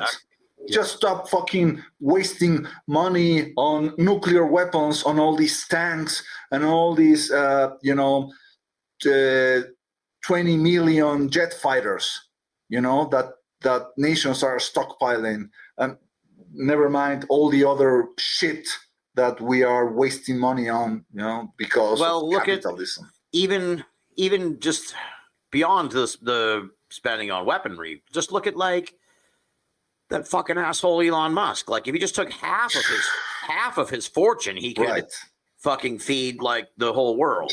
And it's like, dude, that's just, I'm sorry, but that's just fucking evil. Like, that's just like, if you've amassed that much fucking wealth and you're not distributing it to people in need. And I don't mean just like a little bit here and a little bit there, like fucking divest like half your fucking fortune, dude. You don't need, I don't know what he has now, but it's something like hundreds of billions of dollars. It's like, right. You could get by on just 50 billion, man. Right. Like, you don't need all that extra money. And it's really the fucked up part too, is it's like, as we get deeper into this technological fucking age, and it's like, those are just dots on a fucking screen too. Really, if you get down to it, it's like he doesn't really own like a huge giant pile of gold like a fucking dragon. like Scrooge McDuck who goes, and swim in his bolt of gold coins, right? Yeah, it's like all illusory, especially with like stock prices and fucking shit. And it's like, come on, man. Like, we need to get back to sound like old Bill Cooper type of thing, but it's like we need to get back to a gold standard or something where like shit actually has like the right value. Right. We definitely need to get to an age when there were no billionaires. Yeah. Because I'm totally on board with that sentiment. I mean, I'm sorry if people who are listening to this who are still fans of Elon Musk, but I can have no respect for a man who has amassed such an obscene amount of wealth and then has the nerve to go and tweet that, according to him, this homelessness thing is just an illusion. Propaganda. It's a propaganda. It's not a real problem. It's like, motherfucker, do you know what it feels to go to the end of the month and just have a few bucks in your account, and you know that you need to buy groceries, or worse, you still feel some kind of like ache in your body, and you're not able to go pay a doctor. I once read about this guy. I think he was a carpenter in the United States. He won the lottery, right? I don't know how many. $2 million, let's say $2 million. He won $2 million. So it's, oh my God, the American dream, right? Instant riches. And this guy, instead of like going to Las Vegas or buying a mansion or whatever, he went to see a doctor because he hadn't been able to afford, proper medical care for years because he didn't have medical insurance. Yeah. He goes to the doctor, and the doctor tells him that he has terminal cancer. Dies a few months earlier. So much for the fucking American dream. Wow. I would have just fucking turned around, walked out of that office, and just had the best 2 months of my fucking life. I hope he did. Right, yeah. The bucket list, like let's go to Vegas, and then I don't know. I'm going to buy the Mona Lisa, and it just goes to like douse gasoline on the Mona Lisa and myself, and I don't know. Yeah, well, look, at the risk of sounding morbid, like that would be fucking of the ways to go. That would be pretty fucking awesome, at least. Where you're like, okay, here's the deal: you're gonna be super fucking rich, but you're gonna die in 6 months. Be like, I'll take that fucking deal. I think I'd get off that fuck. I'd get off the ride if that was offered, man. Right. Like a fucking buyout. Jesus. Right. Who knows? Things keep getting more and more dystopian. I can see that. Where fucking the government's like, look, we'll give you $10 million, do whatever the fuck you want. It'll boost the economy, and then you got to go into the chamber and fucking you're out. Right. Yeah. Jesus. There's a sci-fi movie for somebody to write. Fuck. There's a sci-fi. I think they already did it. Soylent Green had some kind of like a deal like that. Oh, okay. These ideas of praying to the wrong God for salvation is definitely something that I've seen not only in the UFO world, but also, in the quote unquote real world, with all these people that are peddling for, artificial intelligence. All these companies that turn into, multi-billion-dollar enterprises overnight, OpenAI, and Midjourney and all those, because they receive a lot of money from Google and Microsoft and even Elon Musk, for a time before he decided to start his own AI enterprise with Grok and whatever. But this is basically the same argument, like saying, yeah, we know that these AI models, they suck up a lot of juice and a lot of water in order to work, but we are confident that in the future, if we are able to make them more sophisticated and smarter than us, sooner or later they will be able to give us the answer to all our problems. It's kind of like the definition of insanity. Keep doing the same thing over and over again, expecting a different result. Like they want to keep rubbing this genie out of the bottle. Is like, give us the answer. Like, yeah, stop rubbing the fucking bottle. Yeah, exactly. Yeah, well, it's interesting too. I didn't realize. I suppose I think I had heard that, but I didn't realize that it was so bad. But it is interesting too that like these fucking AI and Bitcoin, they're like sucking up all this fucking energy. I heard somewhere like I remember hearing this a lot about Bitcoin, and it's like in some of these places that like there are these communities where fucking mysterious company like to the residents, like the town, they know like we're gonna sell like this much acreage. This company bought this huge acreage. Then they put a fucking server farm on there to mine for Bitcoin, and like the people get all pissed off because they can hear the fucking thing going, a day and night and shit, and it's just like fields of fucking computers, right, mining for Bitcoin. It's like, what are we fucking doing, dude? We're like, Remember how the cops used to patrol nights using like heat sensors, and they will aim those sensors into the basements of houses, in order to detect where people were growing weed. Now they're detecting where people are mining Bitcoin because they are, consuming a whole lot more of heat and energy. And yeah, you're totally right. It's like the NFTs. Remember those? I mean, it was such a stupid concept.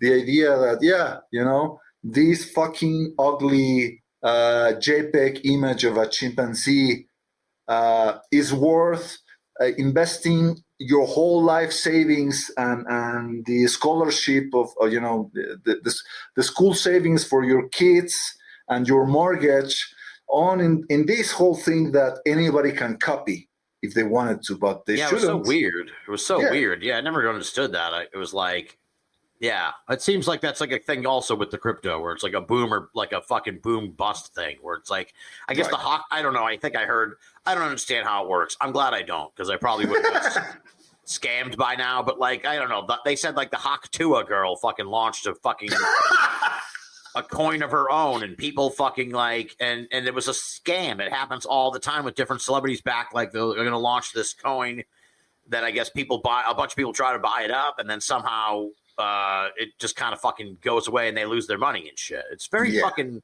illusory and weird. And this thing about the server farms too makes me wonder in a way where it's like, what if we've already been hoodwinked by the computers and we don't even fucking know it?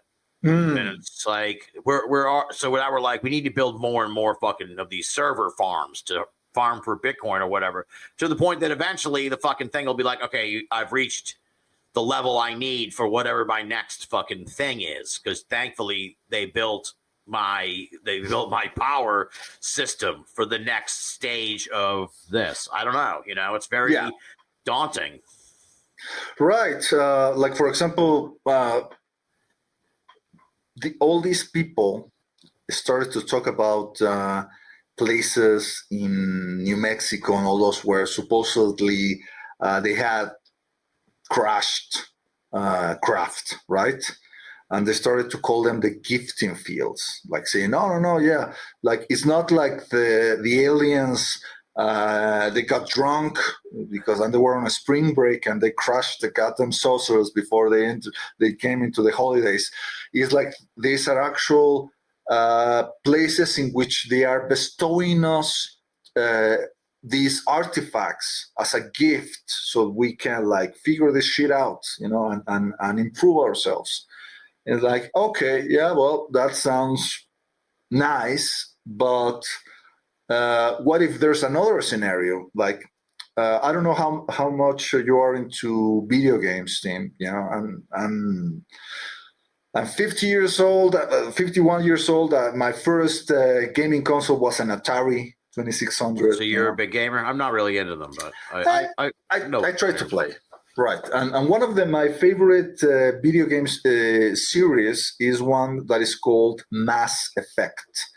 Okay. To give you like the rundown of the story, basically is like 200 years into the future, humans find ancient artifacts on the surface of Mars, left by an ancient alien civilization that allows them to figure out faster than light travel, you know? Yeah. And after that, they encounter other civilizations that, interestingly enough, found remnants from the same alien civilization, which was like the primordial galactic civilization. You know, so they build this like galactic federation type of shit. But then, you know, spoiler alert, they realized that primordial civilization that they thought invented all that shit weren't the real developers. You know, they also found the technology, and the real originators of the technology was an even older civilization they call the Reapers, who seeded all this shit in order for all these developing races to find it, so they could develop their technology along routes that they could control. Like say, okay, you know, if you give them the computer chip, so they're going to develop their computers and try to make more powerful computers. If you give them like, I don't know, like the gasoline engine, they're not going to try to create the solar engine because the gasoline engine is more efficient and is cheaper, whatever. Right. And then they realize that they have all been hacked, that the Reapers, for reasons that nobody understands, they come from time to time and they destroy all the advanced civilizations in the galaxy. And the cycle begins anew over and over again for millions and millions of years. I mean, my point is that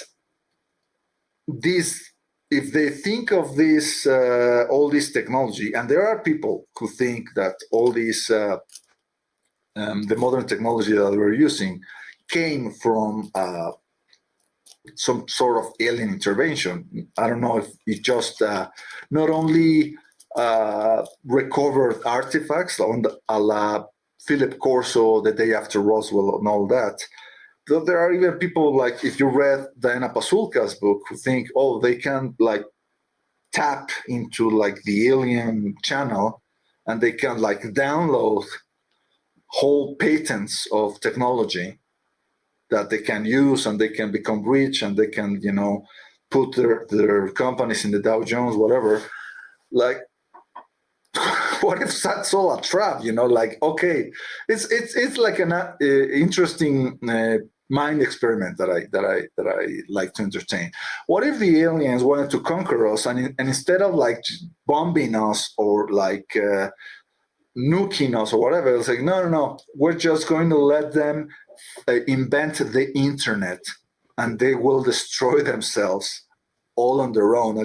We just need to sit tight, be patient, and they'll do the job by their own. You know? Exactly. Now hold on, I gotta change up my output audio here, so hopefully this doesn't become too much of a fucking mess. One more time. There you go. We got it now. All right. Is my mic coming in okay? Yeah, loud and clear. All right, good. Technology, man. I know, man. If it's any consolation, we had also a lot of technical problems with Jacques Vallée trying to figure out how to like set the hint on his computer.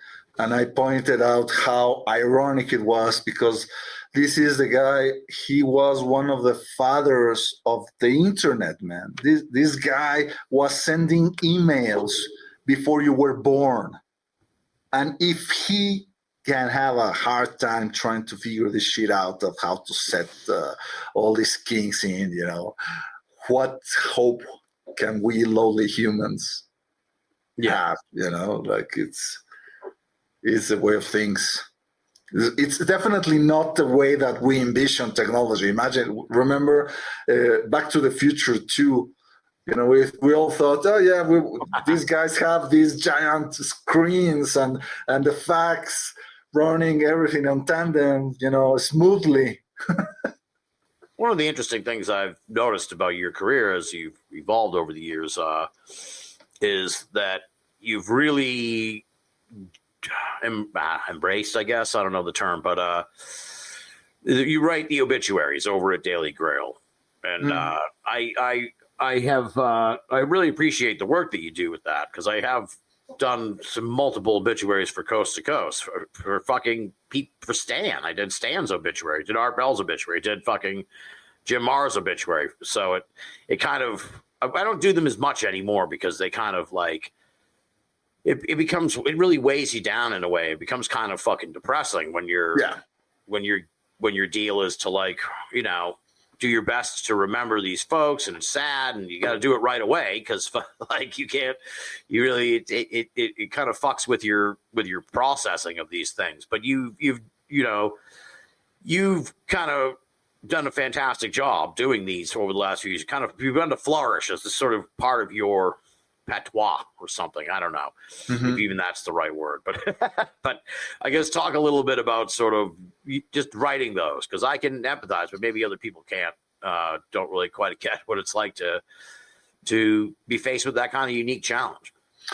Yeah, it is a challenge, and ironically enough, it's one of the first things I try to do as a contributor to the Daily Grail, like 20 years ago. Like started to notice, so-and-so passed away. I feel the obligation to say something about that. If I had some kind of like, I don't know if personal rapport with a person, or at least some kind of admiration about their work, their contribution to the field. Because, I don't know, maybe I'm doing this because I hope that in the future someone will pay in kindness and say a few things.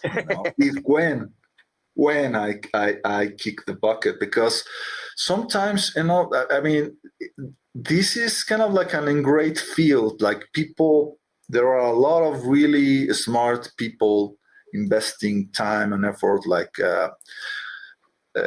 maybe doing field research, or doing archival research, or writing stuff, or collecting stuff and something, and then they die, and what happens is like all the things that they amassed, all the things that they collected, sometimes tragically it ends up in the trash can.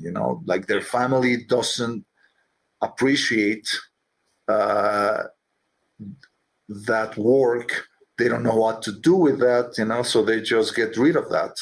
And remember what happened to back when we were despairing over the fact that Coral Lorenzen, the APRO files, we used to talk about that all the time back in the day. Right, and people were saying, my God, what's going to happen to that? And ironically enough, Christopher O'Brien was one of the guys who said, I'm going to go one of these days and try to convince them to like release the files to some university or something. And now, same thing is happening to Chris O'Brien's work. Like I think I read our friend Greg Bishop saying that someone was asking for someone to take over the domain of Our Strange Planet, which is the domain that Chris O'Brien maintained for I don't know how many years, probably over 10, 15 years. So imagine if that information is lost, it will be a tragedy. And that has happened in the field over and over again. All these people who, start a fanzine or a magazine, or write a book, that maybe just had like, I don't know, 200, 300 copies, whatever, because they were like, I don't know, faxed or photographed. Self-published or whatever. Self-published, whatever. And then they kicked the bucket, and nobody remember that. I think I said something about that when I recorded a video that I recorded for Ryan Sprague's Anomacon like a few years ago. I think it was last year. Yeah, it was last year.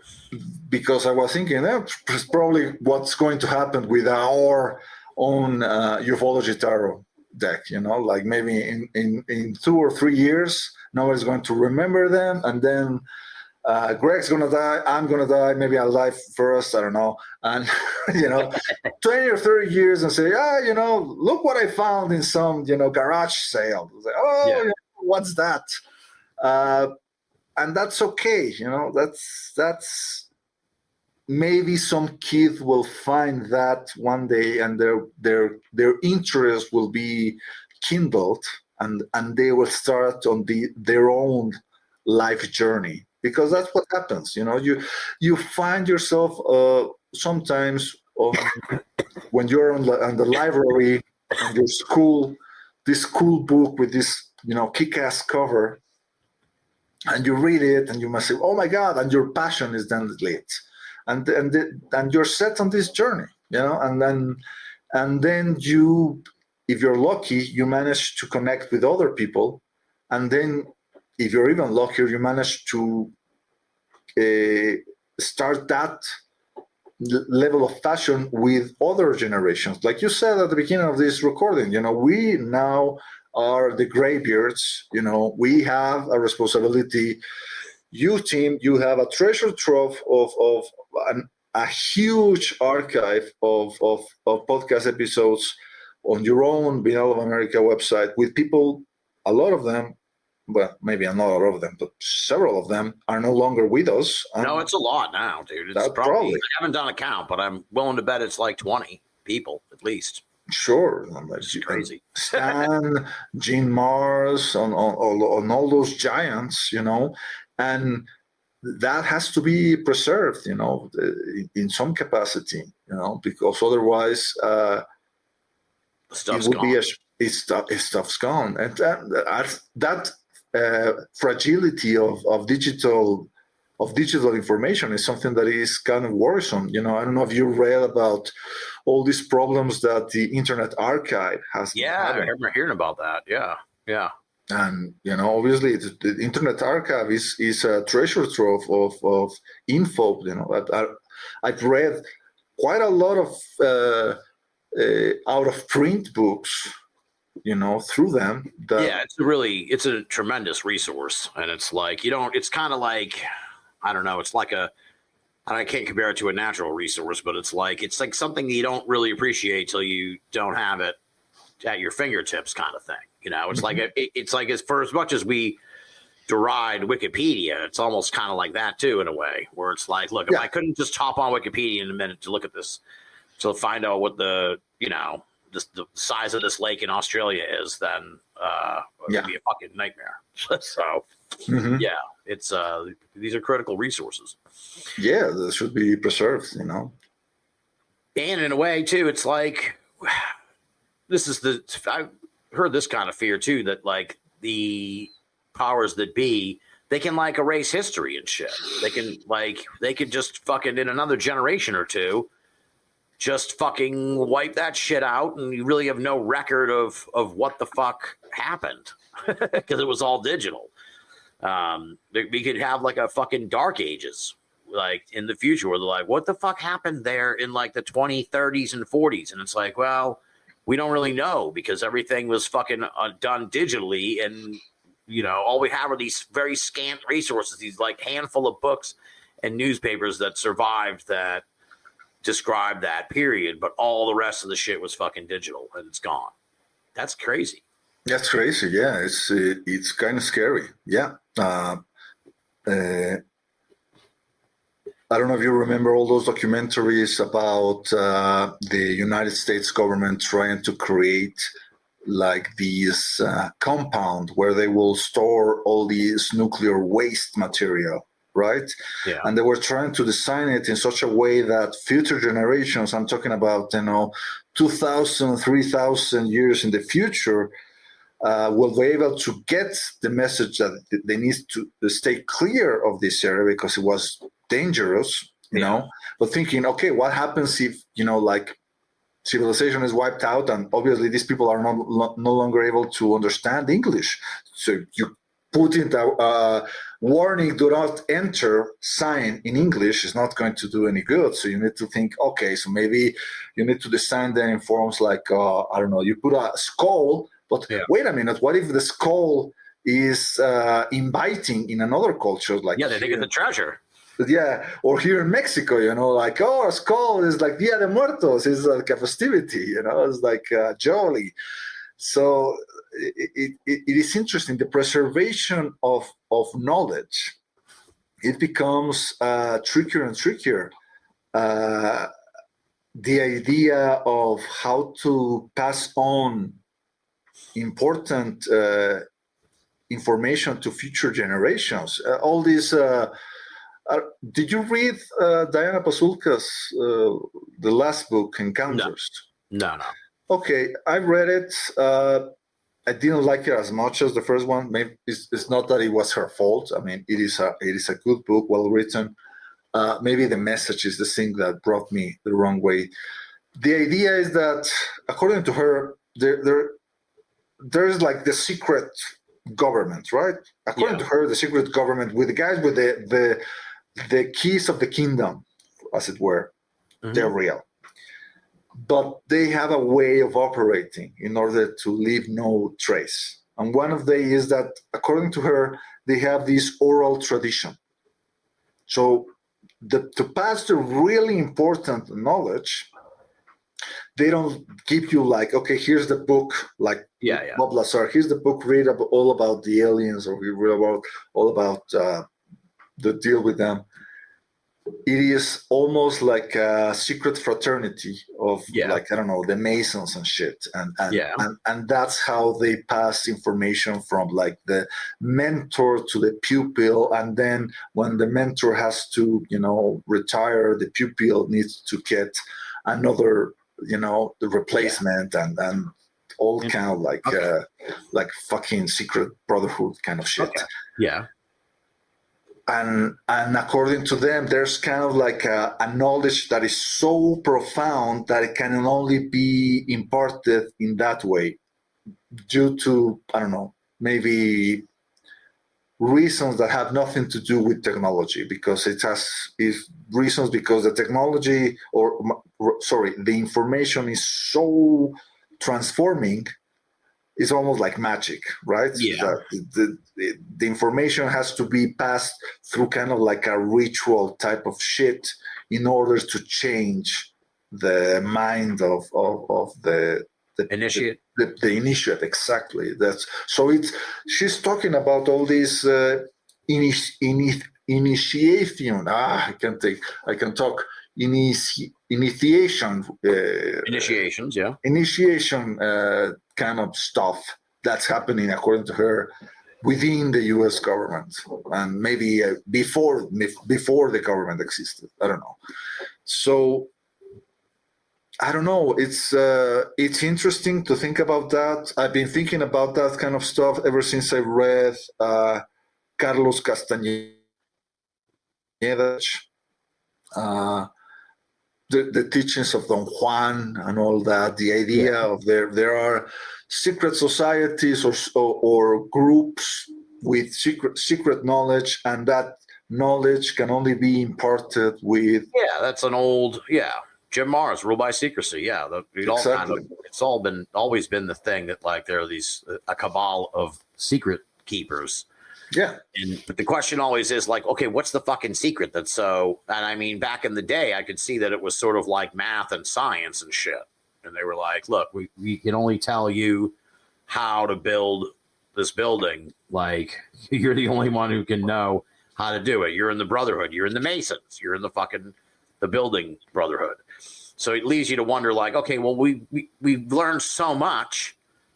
up to now, what the fuck could they be? What could be the big secret that they have under their hats? You know what I mean? Unless it's like something about, you know, death or like we were talking about earlier, like the everybody can be psychic, but they're Right. we don't want them to be, or something like that.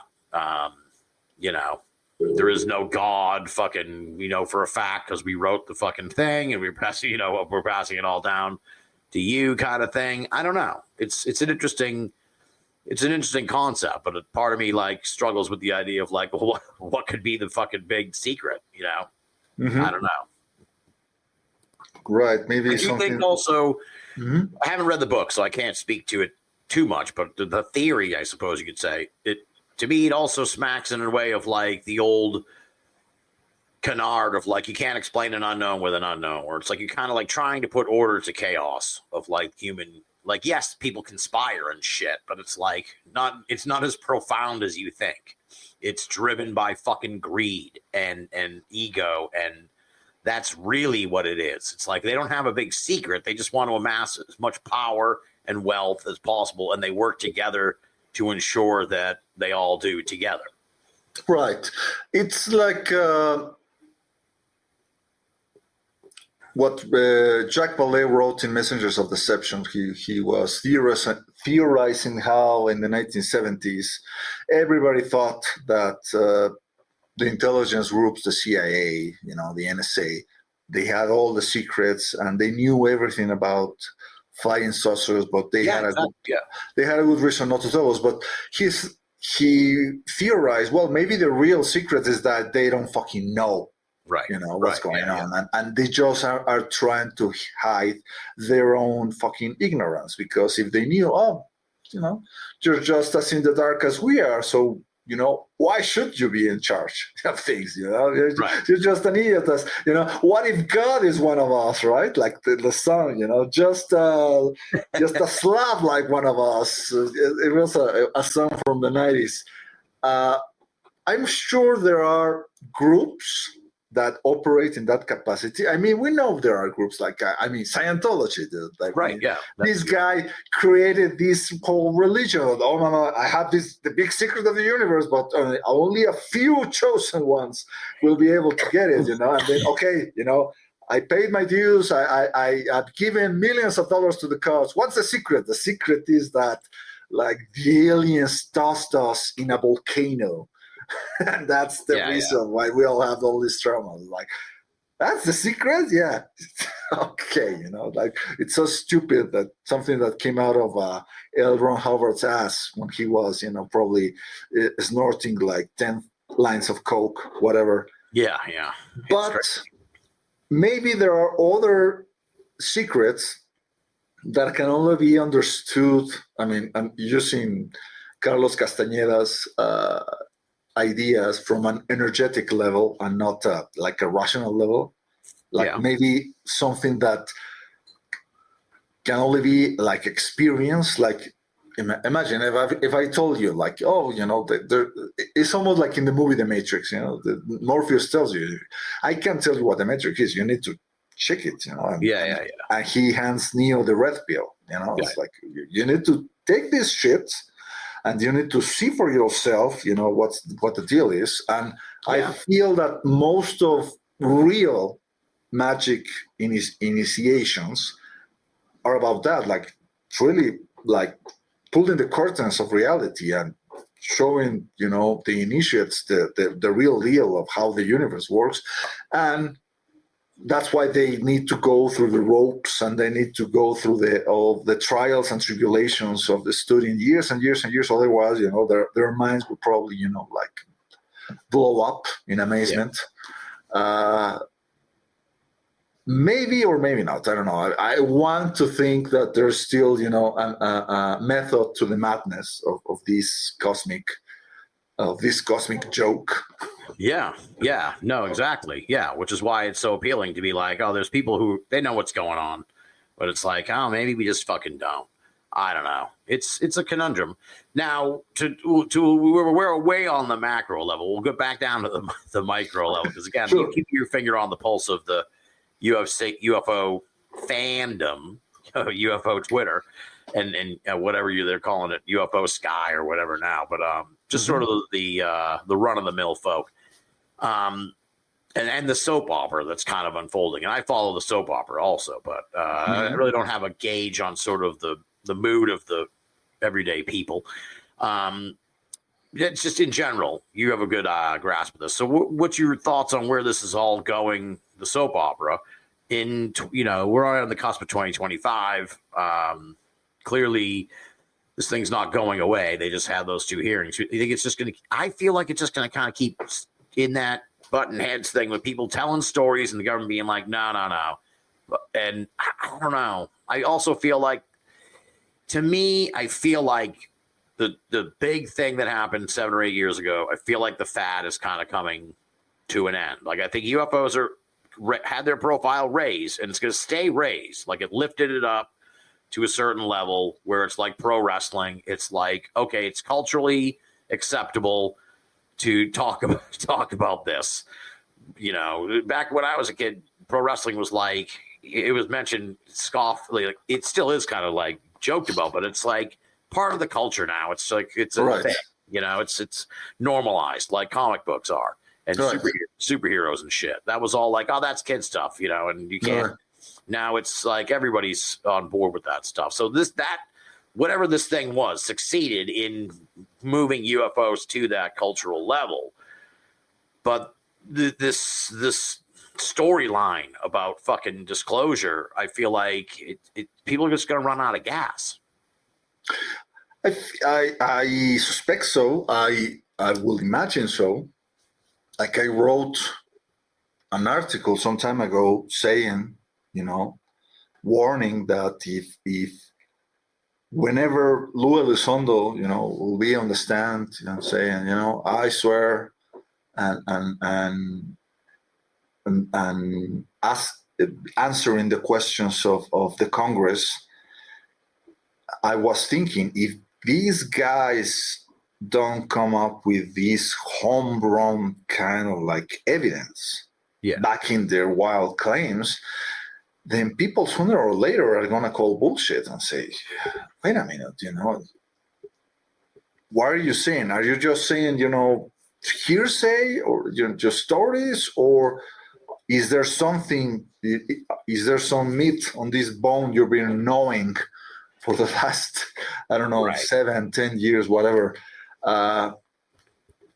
And I'm sure, like in the book that you mentioned earlier in this recording, When Prophecy Fails, there will always be the hardcore true believers that no matter what happens, they will always believe in the word of their prophets, in the word of their saviors. Even for example, I wanted to discuss when we had Jack Valet, Greg Taylor, and I over at the Daily Grail YouTube channel. I wanted to discuss, for my sake, one of my favorite cases, the Umo affair, which is something that is not that popular in the United States, in English-speaking countries, but it was huge in the 70s in Spain and also in Latin America, Argentina, Mexico, Peru, whatever. Because it was this event. To make a long story short, for people who don't know what I'm talking about, researchers, scientists were starting to receive these typewritten letters on the mail, supposedly sent by aliens, by spacemen that had arrived to our planet from this other planet called Umo in the 1950s. And they were saying, well, we're here and we're trying to, get into a contact with the human beings. And instead of like your typical crank letters, saying a whole lot of nonsense, these letters had a lot of technical information. They were written in such a style, in such a way that a lot of people say, wait a minute, what's with this? It sounds like something that that someone from a more advanced civilization would say. And a lot of people in all these countries were convinced, not only, just the people who want to believe, like the UFO buffs, in Spain and such. They say, oh my God, finally, the Space Brothers are letting us know. But also, like Valés said in our interview, like scientists, colleagues like him, astronomers who are saying, you know what? This information in these letters is accurate. The astronomy checks out. Not like in Project Serpo, this other hoax that happened in the United States like 10, 12 years ago that fizzled out very quickly. Yeah. But anyway, the UMO thing gathered quite a number of followers from all walks of life, not only just, your average Joes, but also people in industry, scientists, philosophers, thinkers, and they were. It started to become a cult, like Vallée wrote in Messengers of Deception. And there was even a point in which some of those people were receiving messages of alert. It happened in 1973, I want to say, when things in Israel, in the Middle East, were started to heat up. Yeah. I think it was the 6 Days War or the Yom Kippur War. I don't remember right now. My histories are a little bit foggy right now. But the Umites, the extraterrestrials, were warning their followers, we predict that this Middle East conflict is going to evolve into a full-on nuclear war. So we want you to flee and escape into a shelter that we prepare for you in the mountains. Wow. Yeah. All right. And some people, not a lot, but like in the book When Prophecy Fails, some people actually believed in this warning, and they sold all their belongings and they fled into the mountains. And obviously they didn't find anything. But goes to show, the power of the message had in a few of those people. To make a long story short, eventually, in the 1990s, a guy in Spain, Jordán Peña, came out and said, you know what, I made it all up. I was the one who wrote these letters. It was a hoax. But then he said, but the hoax was actually based, it had the support of an intelligence group who were conducting a social experiment, He said like an intelligence group or like a otherworldly intelligence? Like an intelligence group like the CIA or the KGB or something like that. Okay. And there are reasons to believe that maybe he was telling the truth in that regard, because, like I said, the information he was putting on the letters was actually, like Valés said, the people who wrote those letters knew about astronomy, at least well enough that they will be able to convince people who were well versed in astronomy. Right. And there were other instances, like it's something that I read in a book. Interesting that one of those people who were receiving the UMO letters, he received a letter like from the Umites. First, they were like complimenting him on a book he was writing, and this was something that actually shocked him, because he had only been given a few hard copy manuscripts to a few of his friends in order to receive revisions from them, and he knew that those friends were trustworthy enough that they wouldn't just hand over the hard copy manuscripts to anyone else. So that means that the people who wrote the letter had somehow hacked into his computer to read his word processing file. Yeah.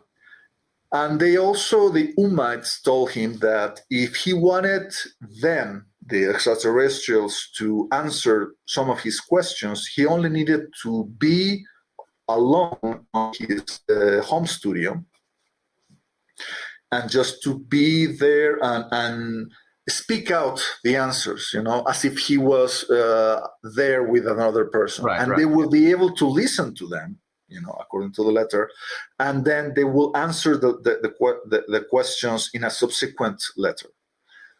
So the guy did that, because he was a true believer. And then he received another letter in which the aliens were complaining, and they told him that he needed to speak louder because they weren't able to listen to him. And now, here's the interesting thing, Tim.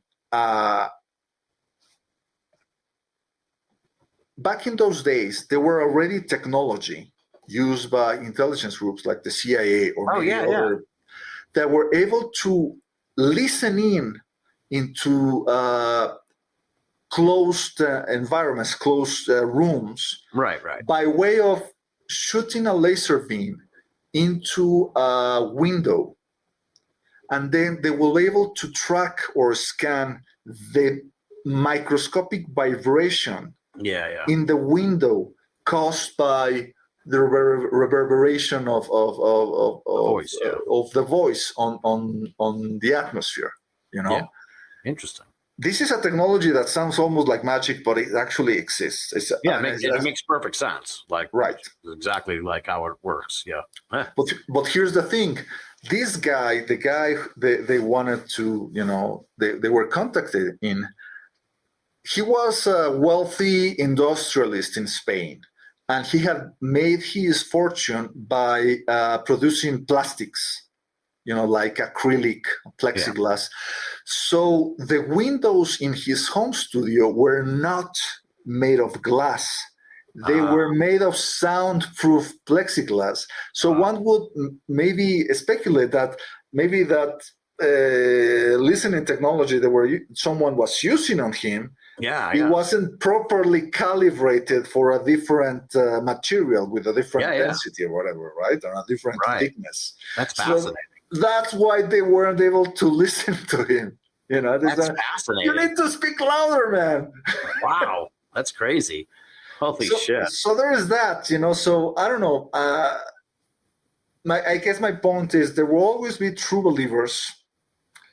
I'm sure by next year we'll still be hearing about David Grosh. After all, he's had this big a lawsuit against the sheriff who revealed his medical records. His medical records, his problems with alcoholism to this journalist. I don't remember his name. He's with a K. Ken Klippenstein or Stein. Yeah, something like that. So we're probably listening to he's going to giving a wrestling metaphor. He's going to be relieving Elizondo probably, and taking the stage next year. Maybe Elizondo, will be not heard next year. After all, he released his book this year, and it was like a bestseller on Amazon for at least a couple of weeks. It did pretty well, I guess. For a UFO book, probably, For a UFO book, it did great. Exactly. But then, I don't know, unless he appears in some documentary or whatever, I don't know what's coming with him. He has talked in the past that he maybe wants to run for Congress, and that sounds interesting, but you and I know that the UFO base of the popularity, it seems big enough online, on Twitter, whatever, but in real life, it's really not that big. I mean, remember when people like Jeremy Corbell were promoting the Storm Area 51 event? Yeah. And then just a couple of hundred of people appeared because that's the only people who cared enough about the stuff. Do it. Yeah. Right? To do it. Yeah. I mean, this is something that Grant Cameron in your own show mentioned I remember I listened to that episode like Like 4 2 times. years ago. Yeah, yeah. Probably, but I listened to that show like at least 4 times when I was all alone working on this really dinky office, working on 3D Max, whatever.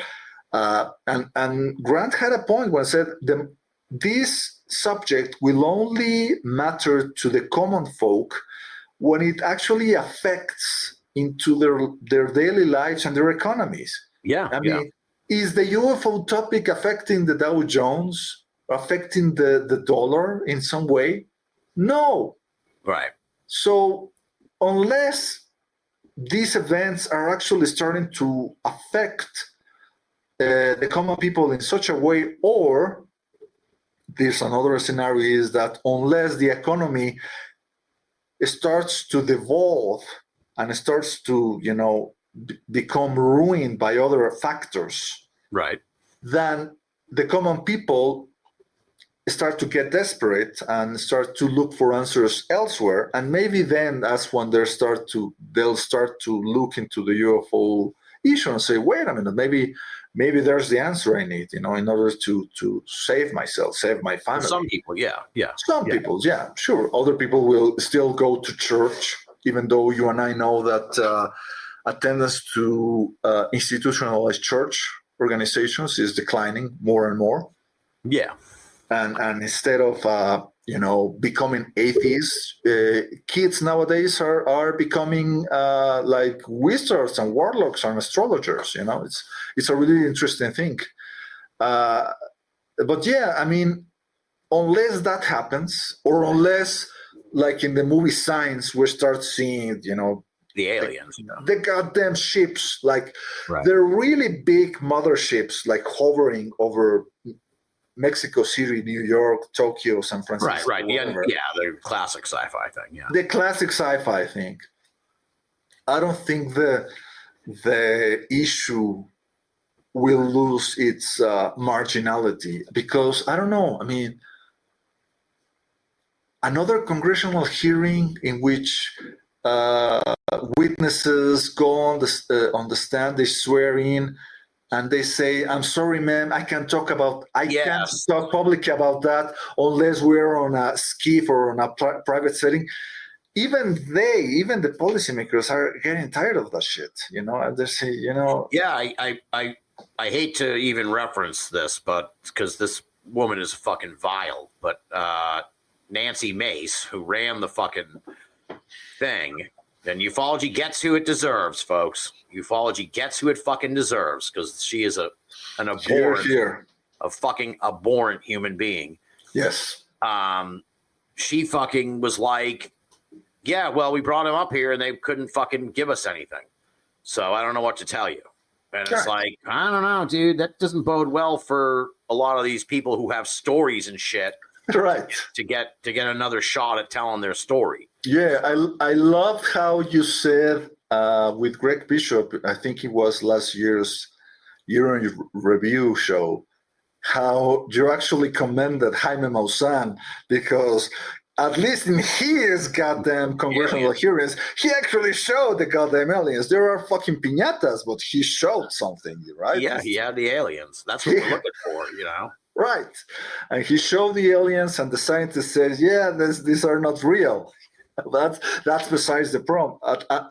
That's besides the point. At least he gets like A for effort. Yeah, in that regard. Yeah. I mean, I was really struck when watching that hearing how, like, yeah, every answer was like, I can't say this in public. I can't talk about this in public and shit. And it's like, dude, come on. Like, enough's enough. We can't keep basing this. I mean, I feel like the general public has to be in agreement here, where it's like, enough with the fucking stories. Like, enough with the fucking stories. And like you were saying, this UFO thing is not fucking the most pressing issue of our time right now. Right. There's fucking, who knows what's going to happen in 2025. So it could fucking really fall off the Therein lies one of the most confusing paradox of their message. Here are these people saying, oh my God, we need to raise the alarms about this subject because it is a potential threat, right? Yeah. okay, it is a potential threat. What do you know? Well, I can tell you. Why can't you tell me? Well, because I signed these, documents, whatever. I'm sworn in by non-disclosure agreements. So, I need to protect myself. Okay. So what you're telling me is that this threat that you are trying to warn us about is not threatening enough for you to risk your security, your livelihood, your family, Yeah. So it can't be that much of a threat. Yeah, exactly. So, I mean, I guess this is something that even the guy in the Daily Show told Lou Elizondo,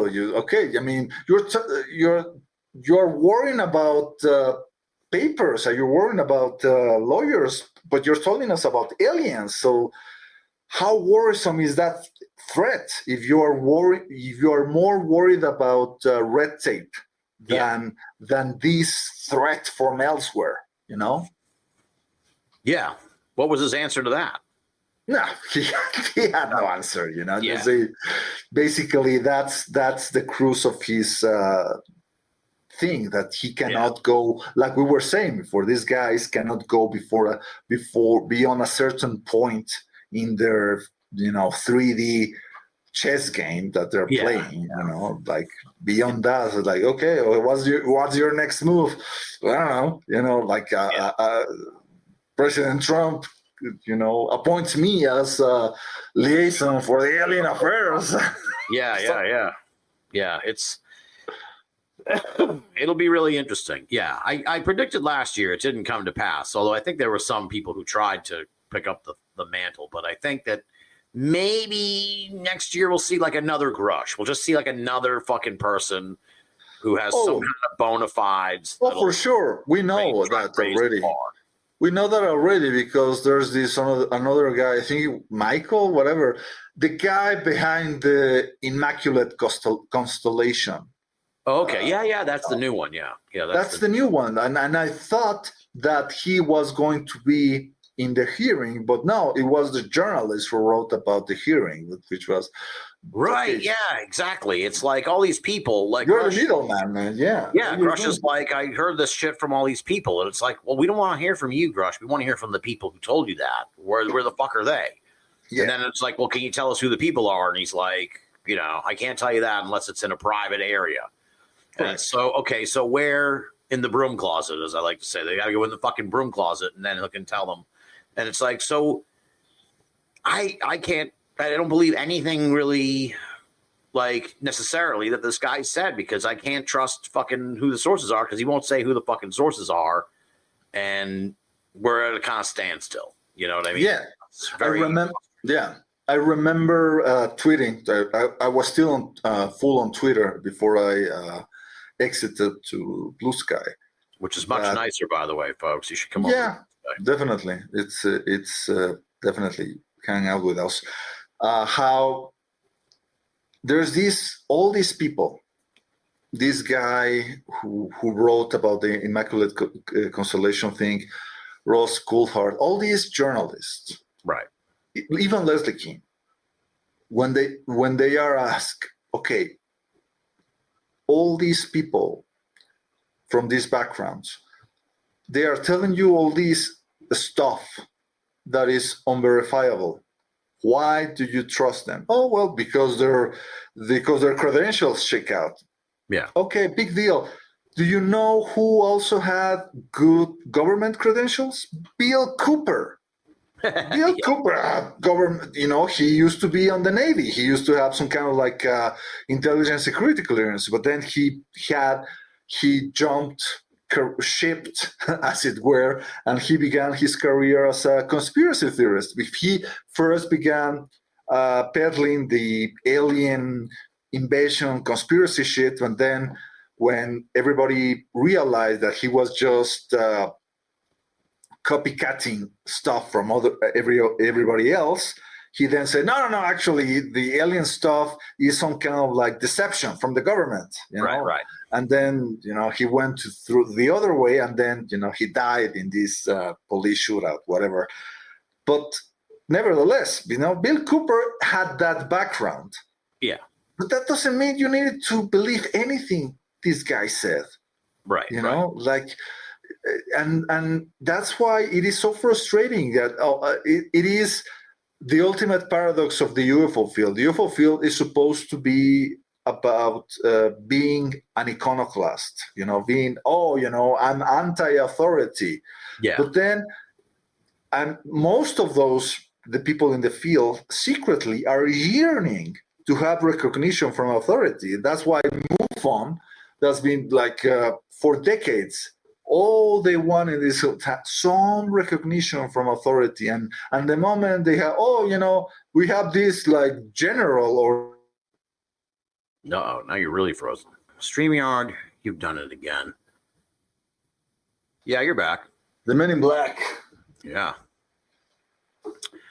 I forget what where we were on that, because you were deep in it. Well, we'll head to the end here anyway, because it's been like 2 hours and 42 minutes, so about 2 hours and 40 minutes. Maybe the longest BOA Revival show to date since the relaunch. So right. It's been a lot of fun chatting. So and I feel like we're going to still talk another 10 minutes at least about projects and shit like that. So what do you have going on? What are you working on?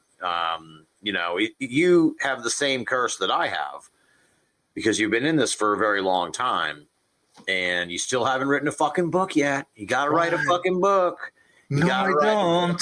Oh, I know. It's fucking... You know what? You know why? And I said, and you're good friends with Kutch, so you must get it even worse. Oh my God, yes. Kutch is on my ass now to write, because I pitched a couple ideas to him. He's like, I love those. You got to write them. And God bless him. I love him. He's so encouraging. But it's like, I don't know. I told my friends I'm good at coming up with good ideas for maybe an 8,000 word essay. Yeah. But not for an 80,000 word essay, because I'm not to cast aspersions to anybody, but I know there are a lot of people who have written books about UFOs who shouldn't have, because they really didn't have anything new to say about the subject. They're just rehashing, ideas that they collected from here and there. Oh yeah, here's a little thing about Ballet. There's a little thing about Keel. A little thing about Hynek. Zachariah Sitchin, dude. How many fucking Zachariah Sitchin has inspired hundreds of fucking books that are just incredibly just derivative of what he wrote. Right.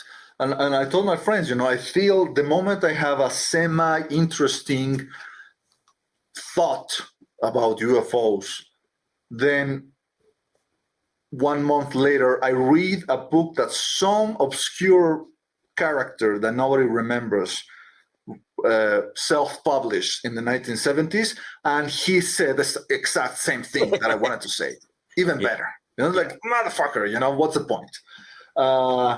So that's why I went and did the goddamn UFO tarot thing, because I thought, okay, this is how I leave my mark in this field. This is very original. Yeah. Yeah, exactly. It's original enough. It is, creative enough. This is something that will manage to stand out. And actually, it is the thing that I love about the project is that it has a lot of information. There's a lot of things that only the initiates. It's almost like secret knowledge. It's like the exoteric stuff that only a few people say. Oh yeah, that's Jacques Valero, sure. But then the people who are actually in the know, they say, and that's the thing about SRI, SRI, what does that stand for? Oh, yeah, stand for Research Institute. That's the ARPANET stuff, So we left all those Easter eggs stuff for the people who deserve to know.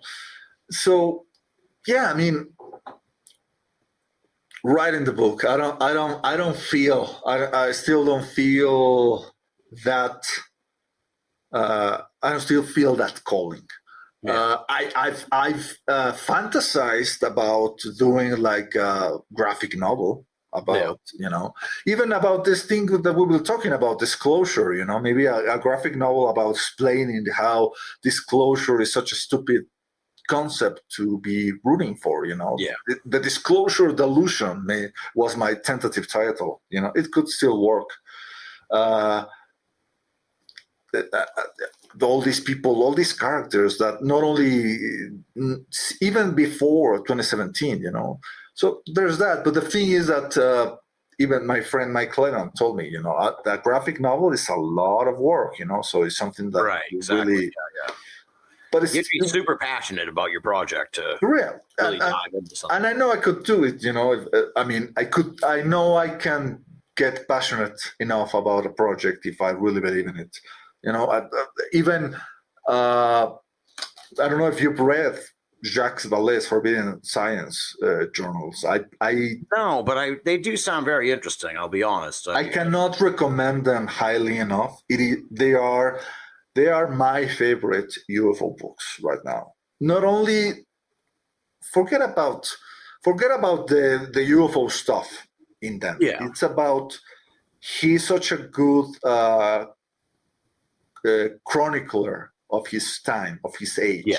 And he lived through such it sounds times. Yeah, no, it sounds I've heard them cited all over the place. And he lived through the 1960s computer revolution in San Francisco. Not to mention the Summer of Love hippie revolution in the United States, also in France, on all those stuffs. He was friends with all these people in the 1970s that were instrumental in the counterculture. Anton LaVey, this guy, the founder of the Church of Satan. So they are fascinating. There was a time when I say, oh, well, maybe I could create like a graphic novel of this, with his permission, of course. That would be a fun project. But that would be cool. Like you said, it's something that, first of all, will take years. And second of all, will take someone with, a very generous patronage to support me. That is the stuff that I would love to do.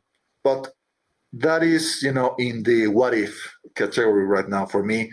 Right now, if you're asking me what's in store for me in the future, in the immediate future, I can tell you that I'm collaborating with Michael M. Hughes. I don't know if you've ever had him. Yeah, he was on last year around this time, last January. I love Mike. Mm-hmm. Yeah, he's a great dude. Yeah, he was the one who started the thing about hexing Trump during the Trump administration. Yeah, I don't know. That didn't work out as well as we. Maybe it backfired, right? Really contained the energy, and then Yeah, exactly. Yeah. But he is releasing a role-playing game. Yes, almost really like a Dungeons and Dragons kind of stuff, but not about wizards and paladins and rogues, but about rock and roll bands, right? But it will be like the same format using dice and stuff. So he's going to release that game, and I'm going to be involved in that in order to, because it's going to be like a rule book. And these books, for people who know about these sorts of games, they have all these sorts of inner illustrations in the pages in order to inspire the players and such. So he wants me to make these illustrations, and it's gonna be exciting, because obviously I'm a big fan of rock and roll, so I'm gonna try to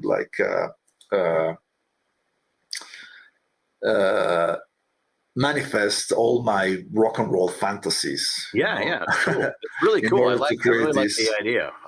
When I saw Mike post about it, I was like, that's really cool, because for some people, I don't know, I never really got into D&D and all that anyway, but it's like it's I think, and I'm not really super, and as such, or maybe I don't know, chicken and egg, but like I'm not really into like the dragons and the magic and that kind of like world of Dungeons and Dragons and all that. So to me, like the music version of that sounds like really like a cool thing that could be something that would be an entry point for me, where I'd be like, all right, I want to see what this tabletop gaming's all about. I want to try it out and all. And the rock music one's more palatable to what my interest and everything. So I was just thinking, if this is success, the three of us should do a pro wrestling one, because that'd be you could almost put that onto different archetypes and shit. That will be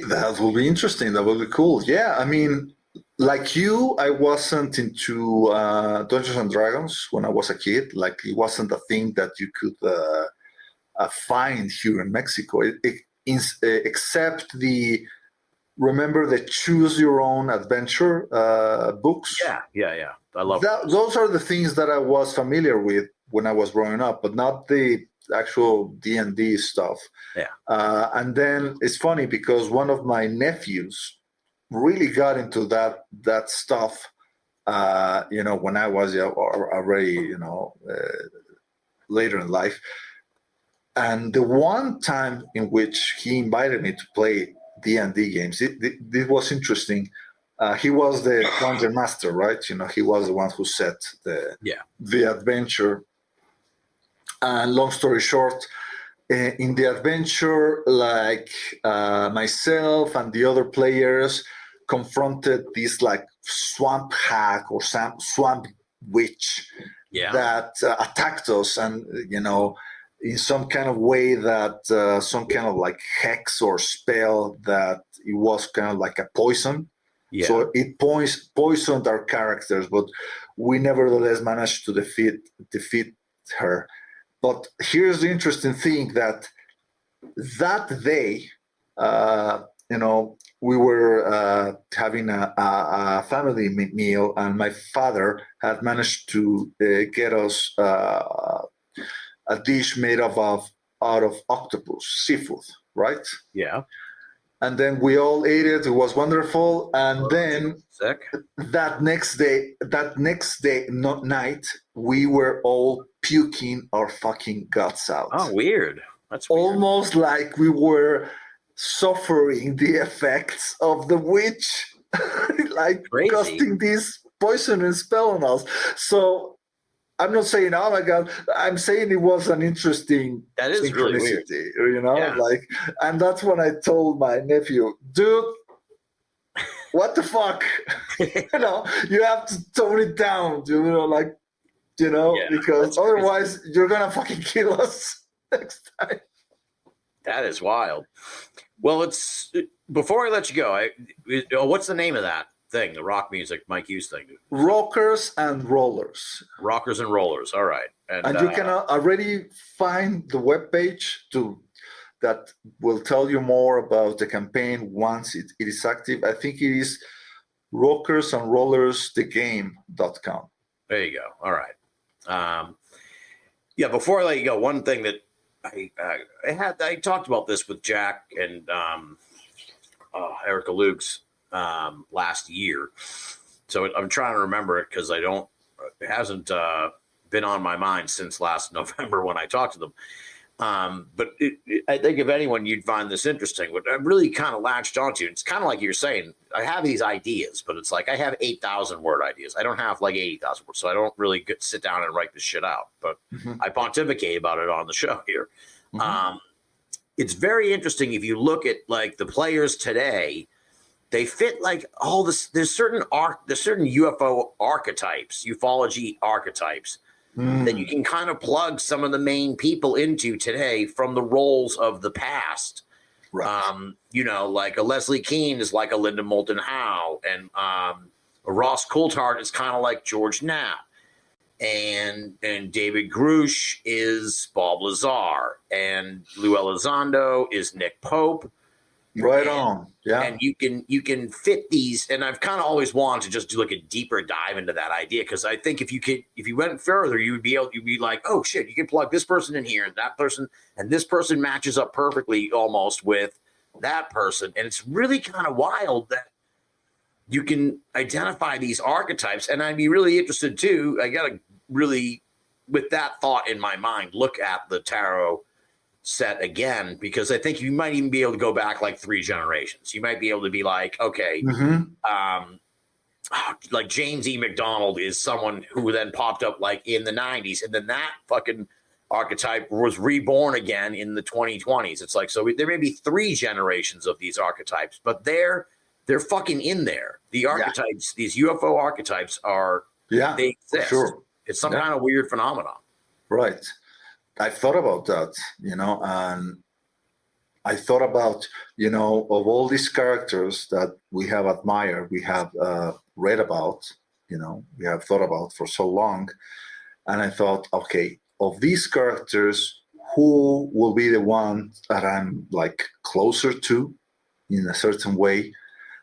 And after a while, I thought maybe the one that I probably could aspire to be closer to is not definitely like a Stan Friedman or a Hynek, definitely not a Jacques Vallée, but I could probably aspire to be something like a Gene Mosley, like a saucer smear kind of people, like someone who takes UFO seriously, but doesn't take UFO personalities seriously. Right.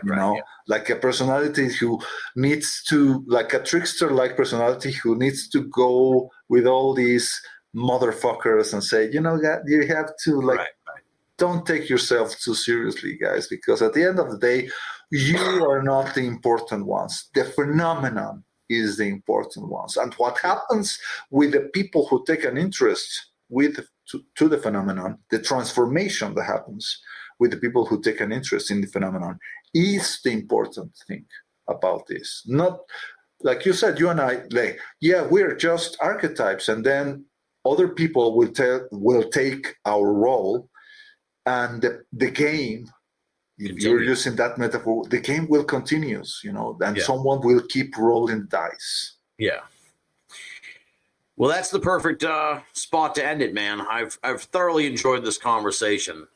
It's been an absolute blast. Long overdue to get you back on the show, man. And I love the free flowing, just like we just jumped into a river here for like 3 hours and chatted, sidled up to the bar essentially, and just talk this shit out and tried to wrap our minds around this phenomenon that has vexed us for fucking so very long. So I've really enjoyed it, and thank you so much for coming back on the show. Have a very Merry Christmas. We've been friends for a very long time, brother. I love you, and stay out of trouble online. I know you're always getting feisty with those people on social media, but it's been great, man. I really enjoyed it, and enjoy the rest of the holiday season. Thank you so much, carnal, and Feliz Navidad to everyone else.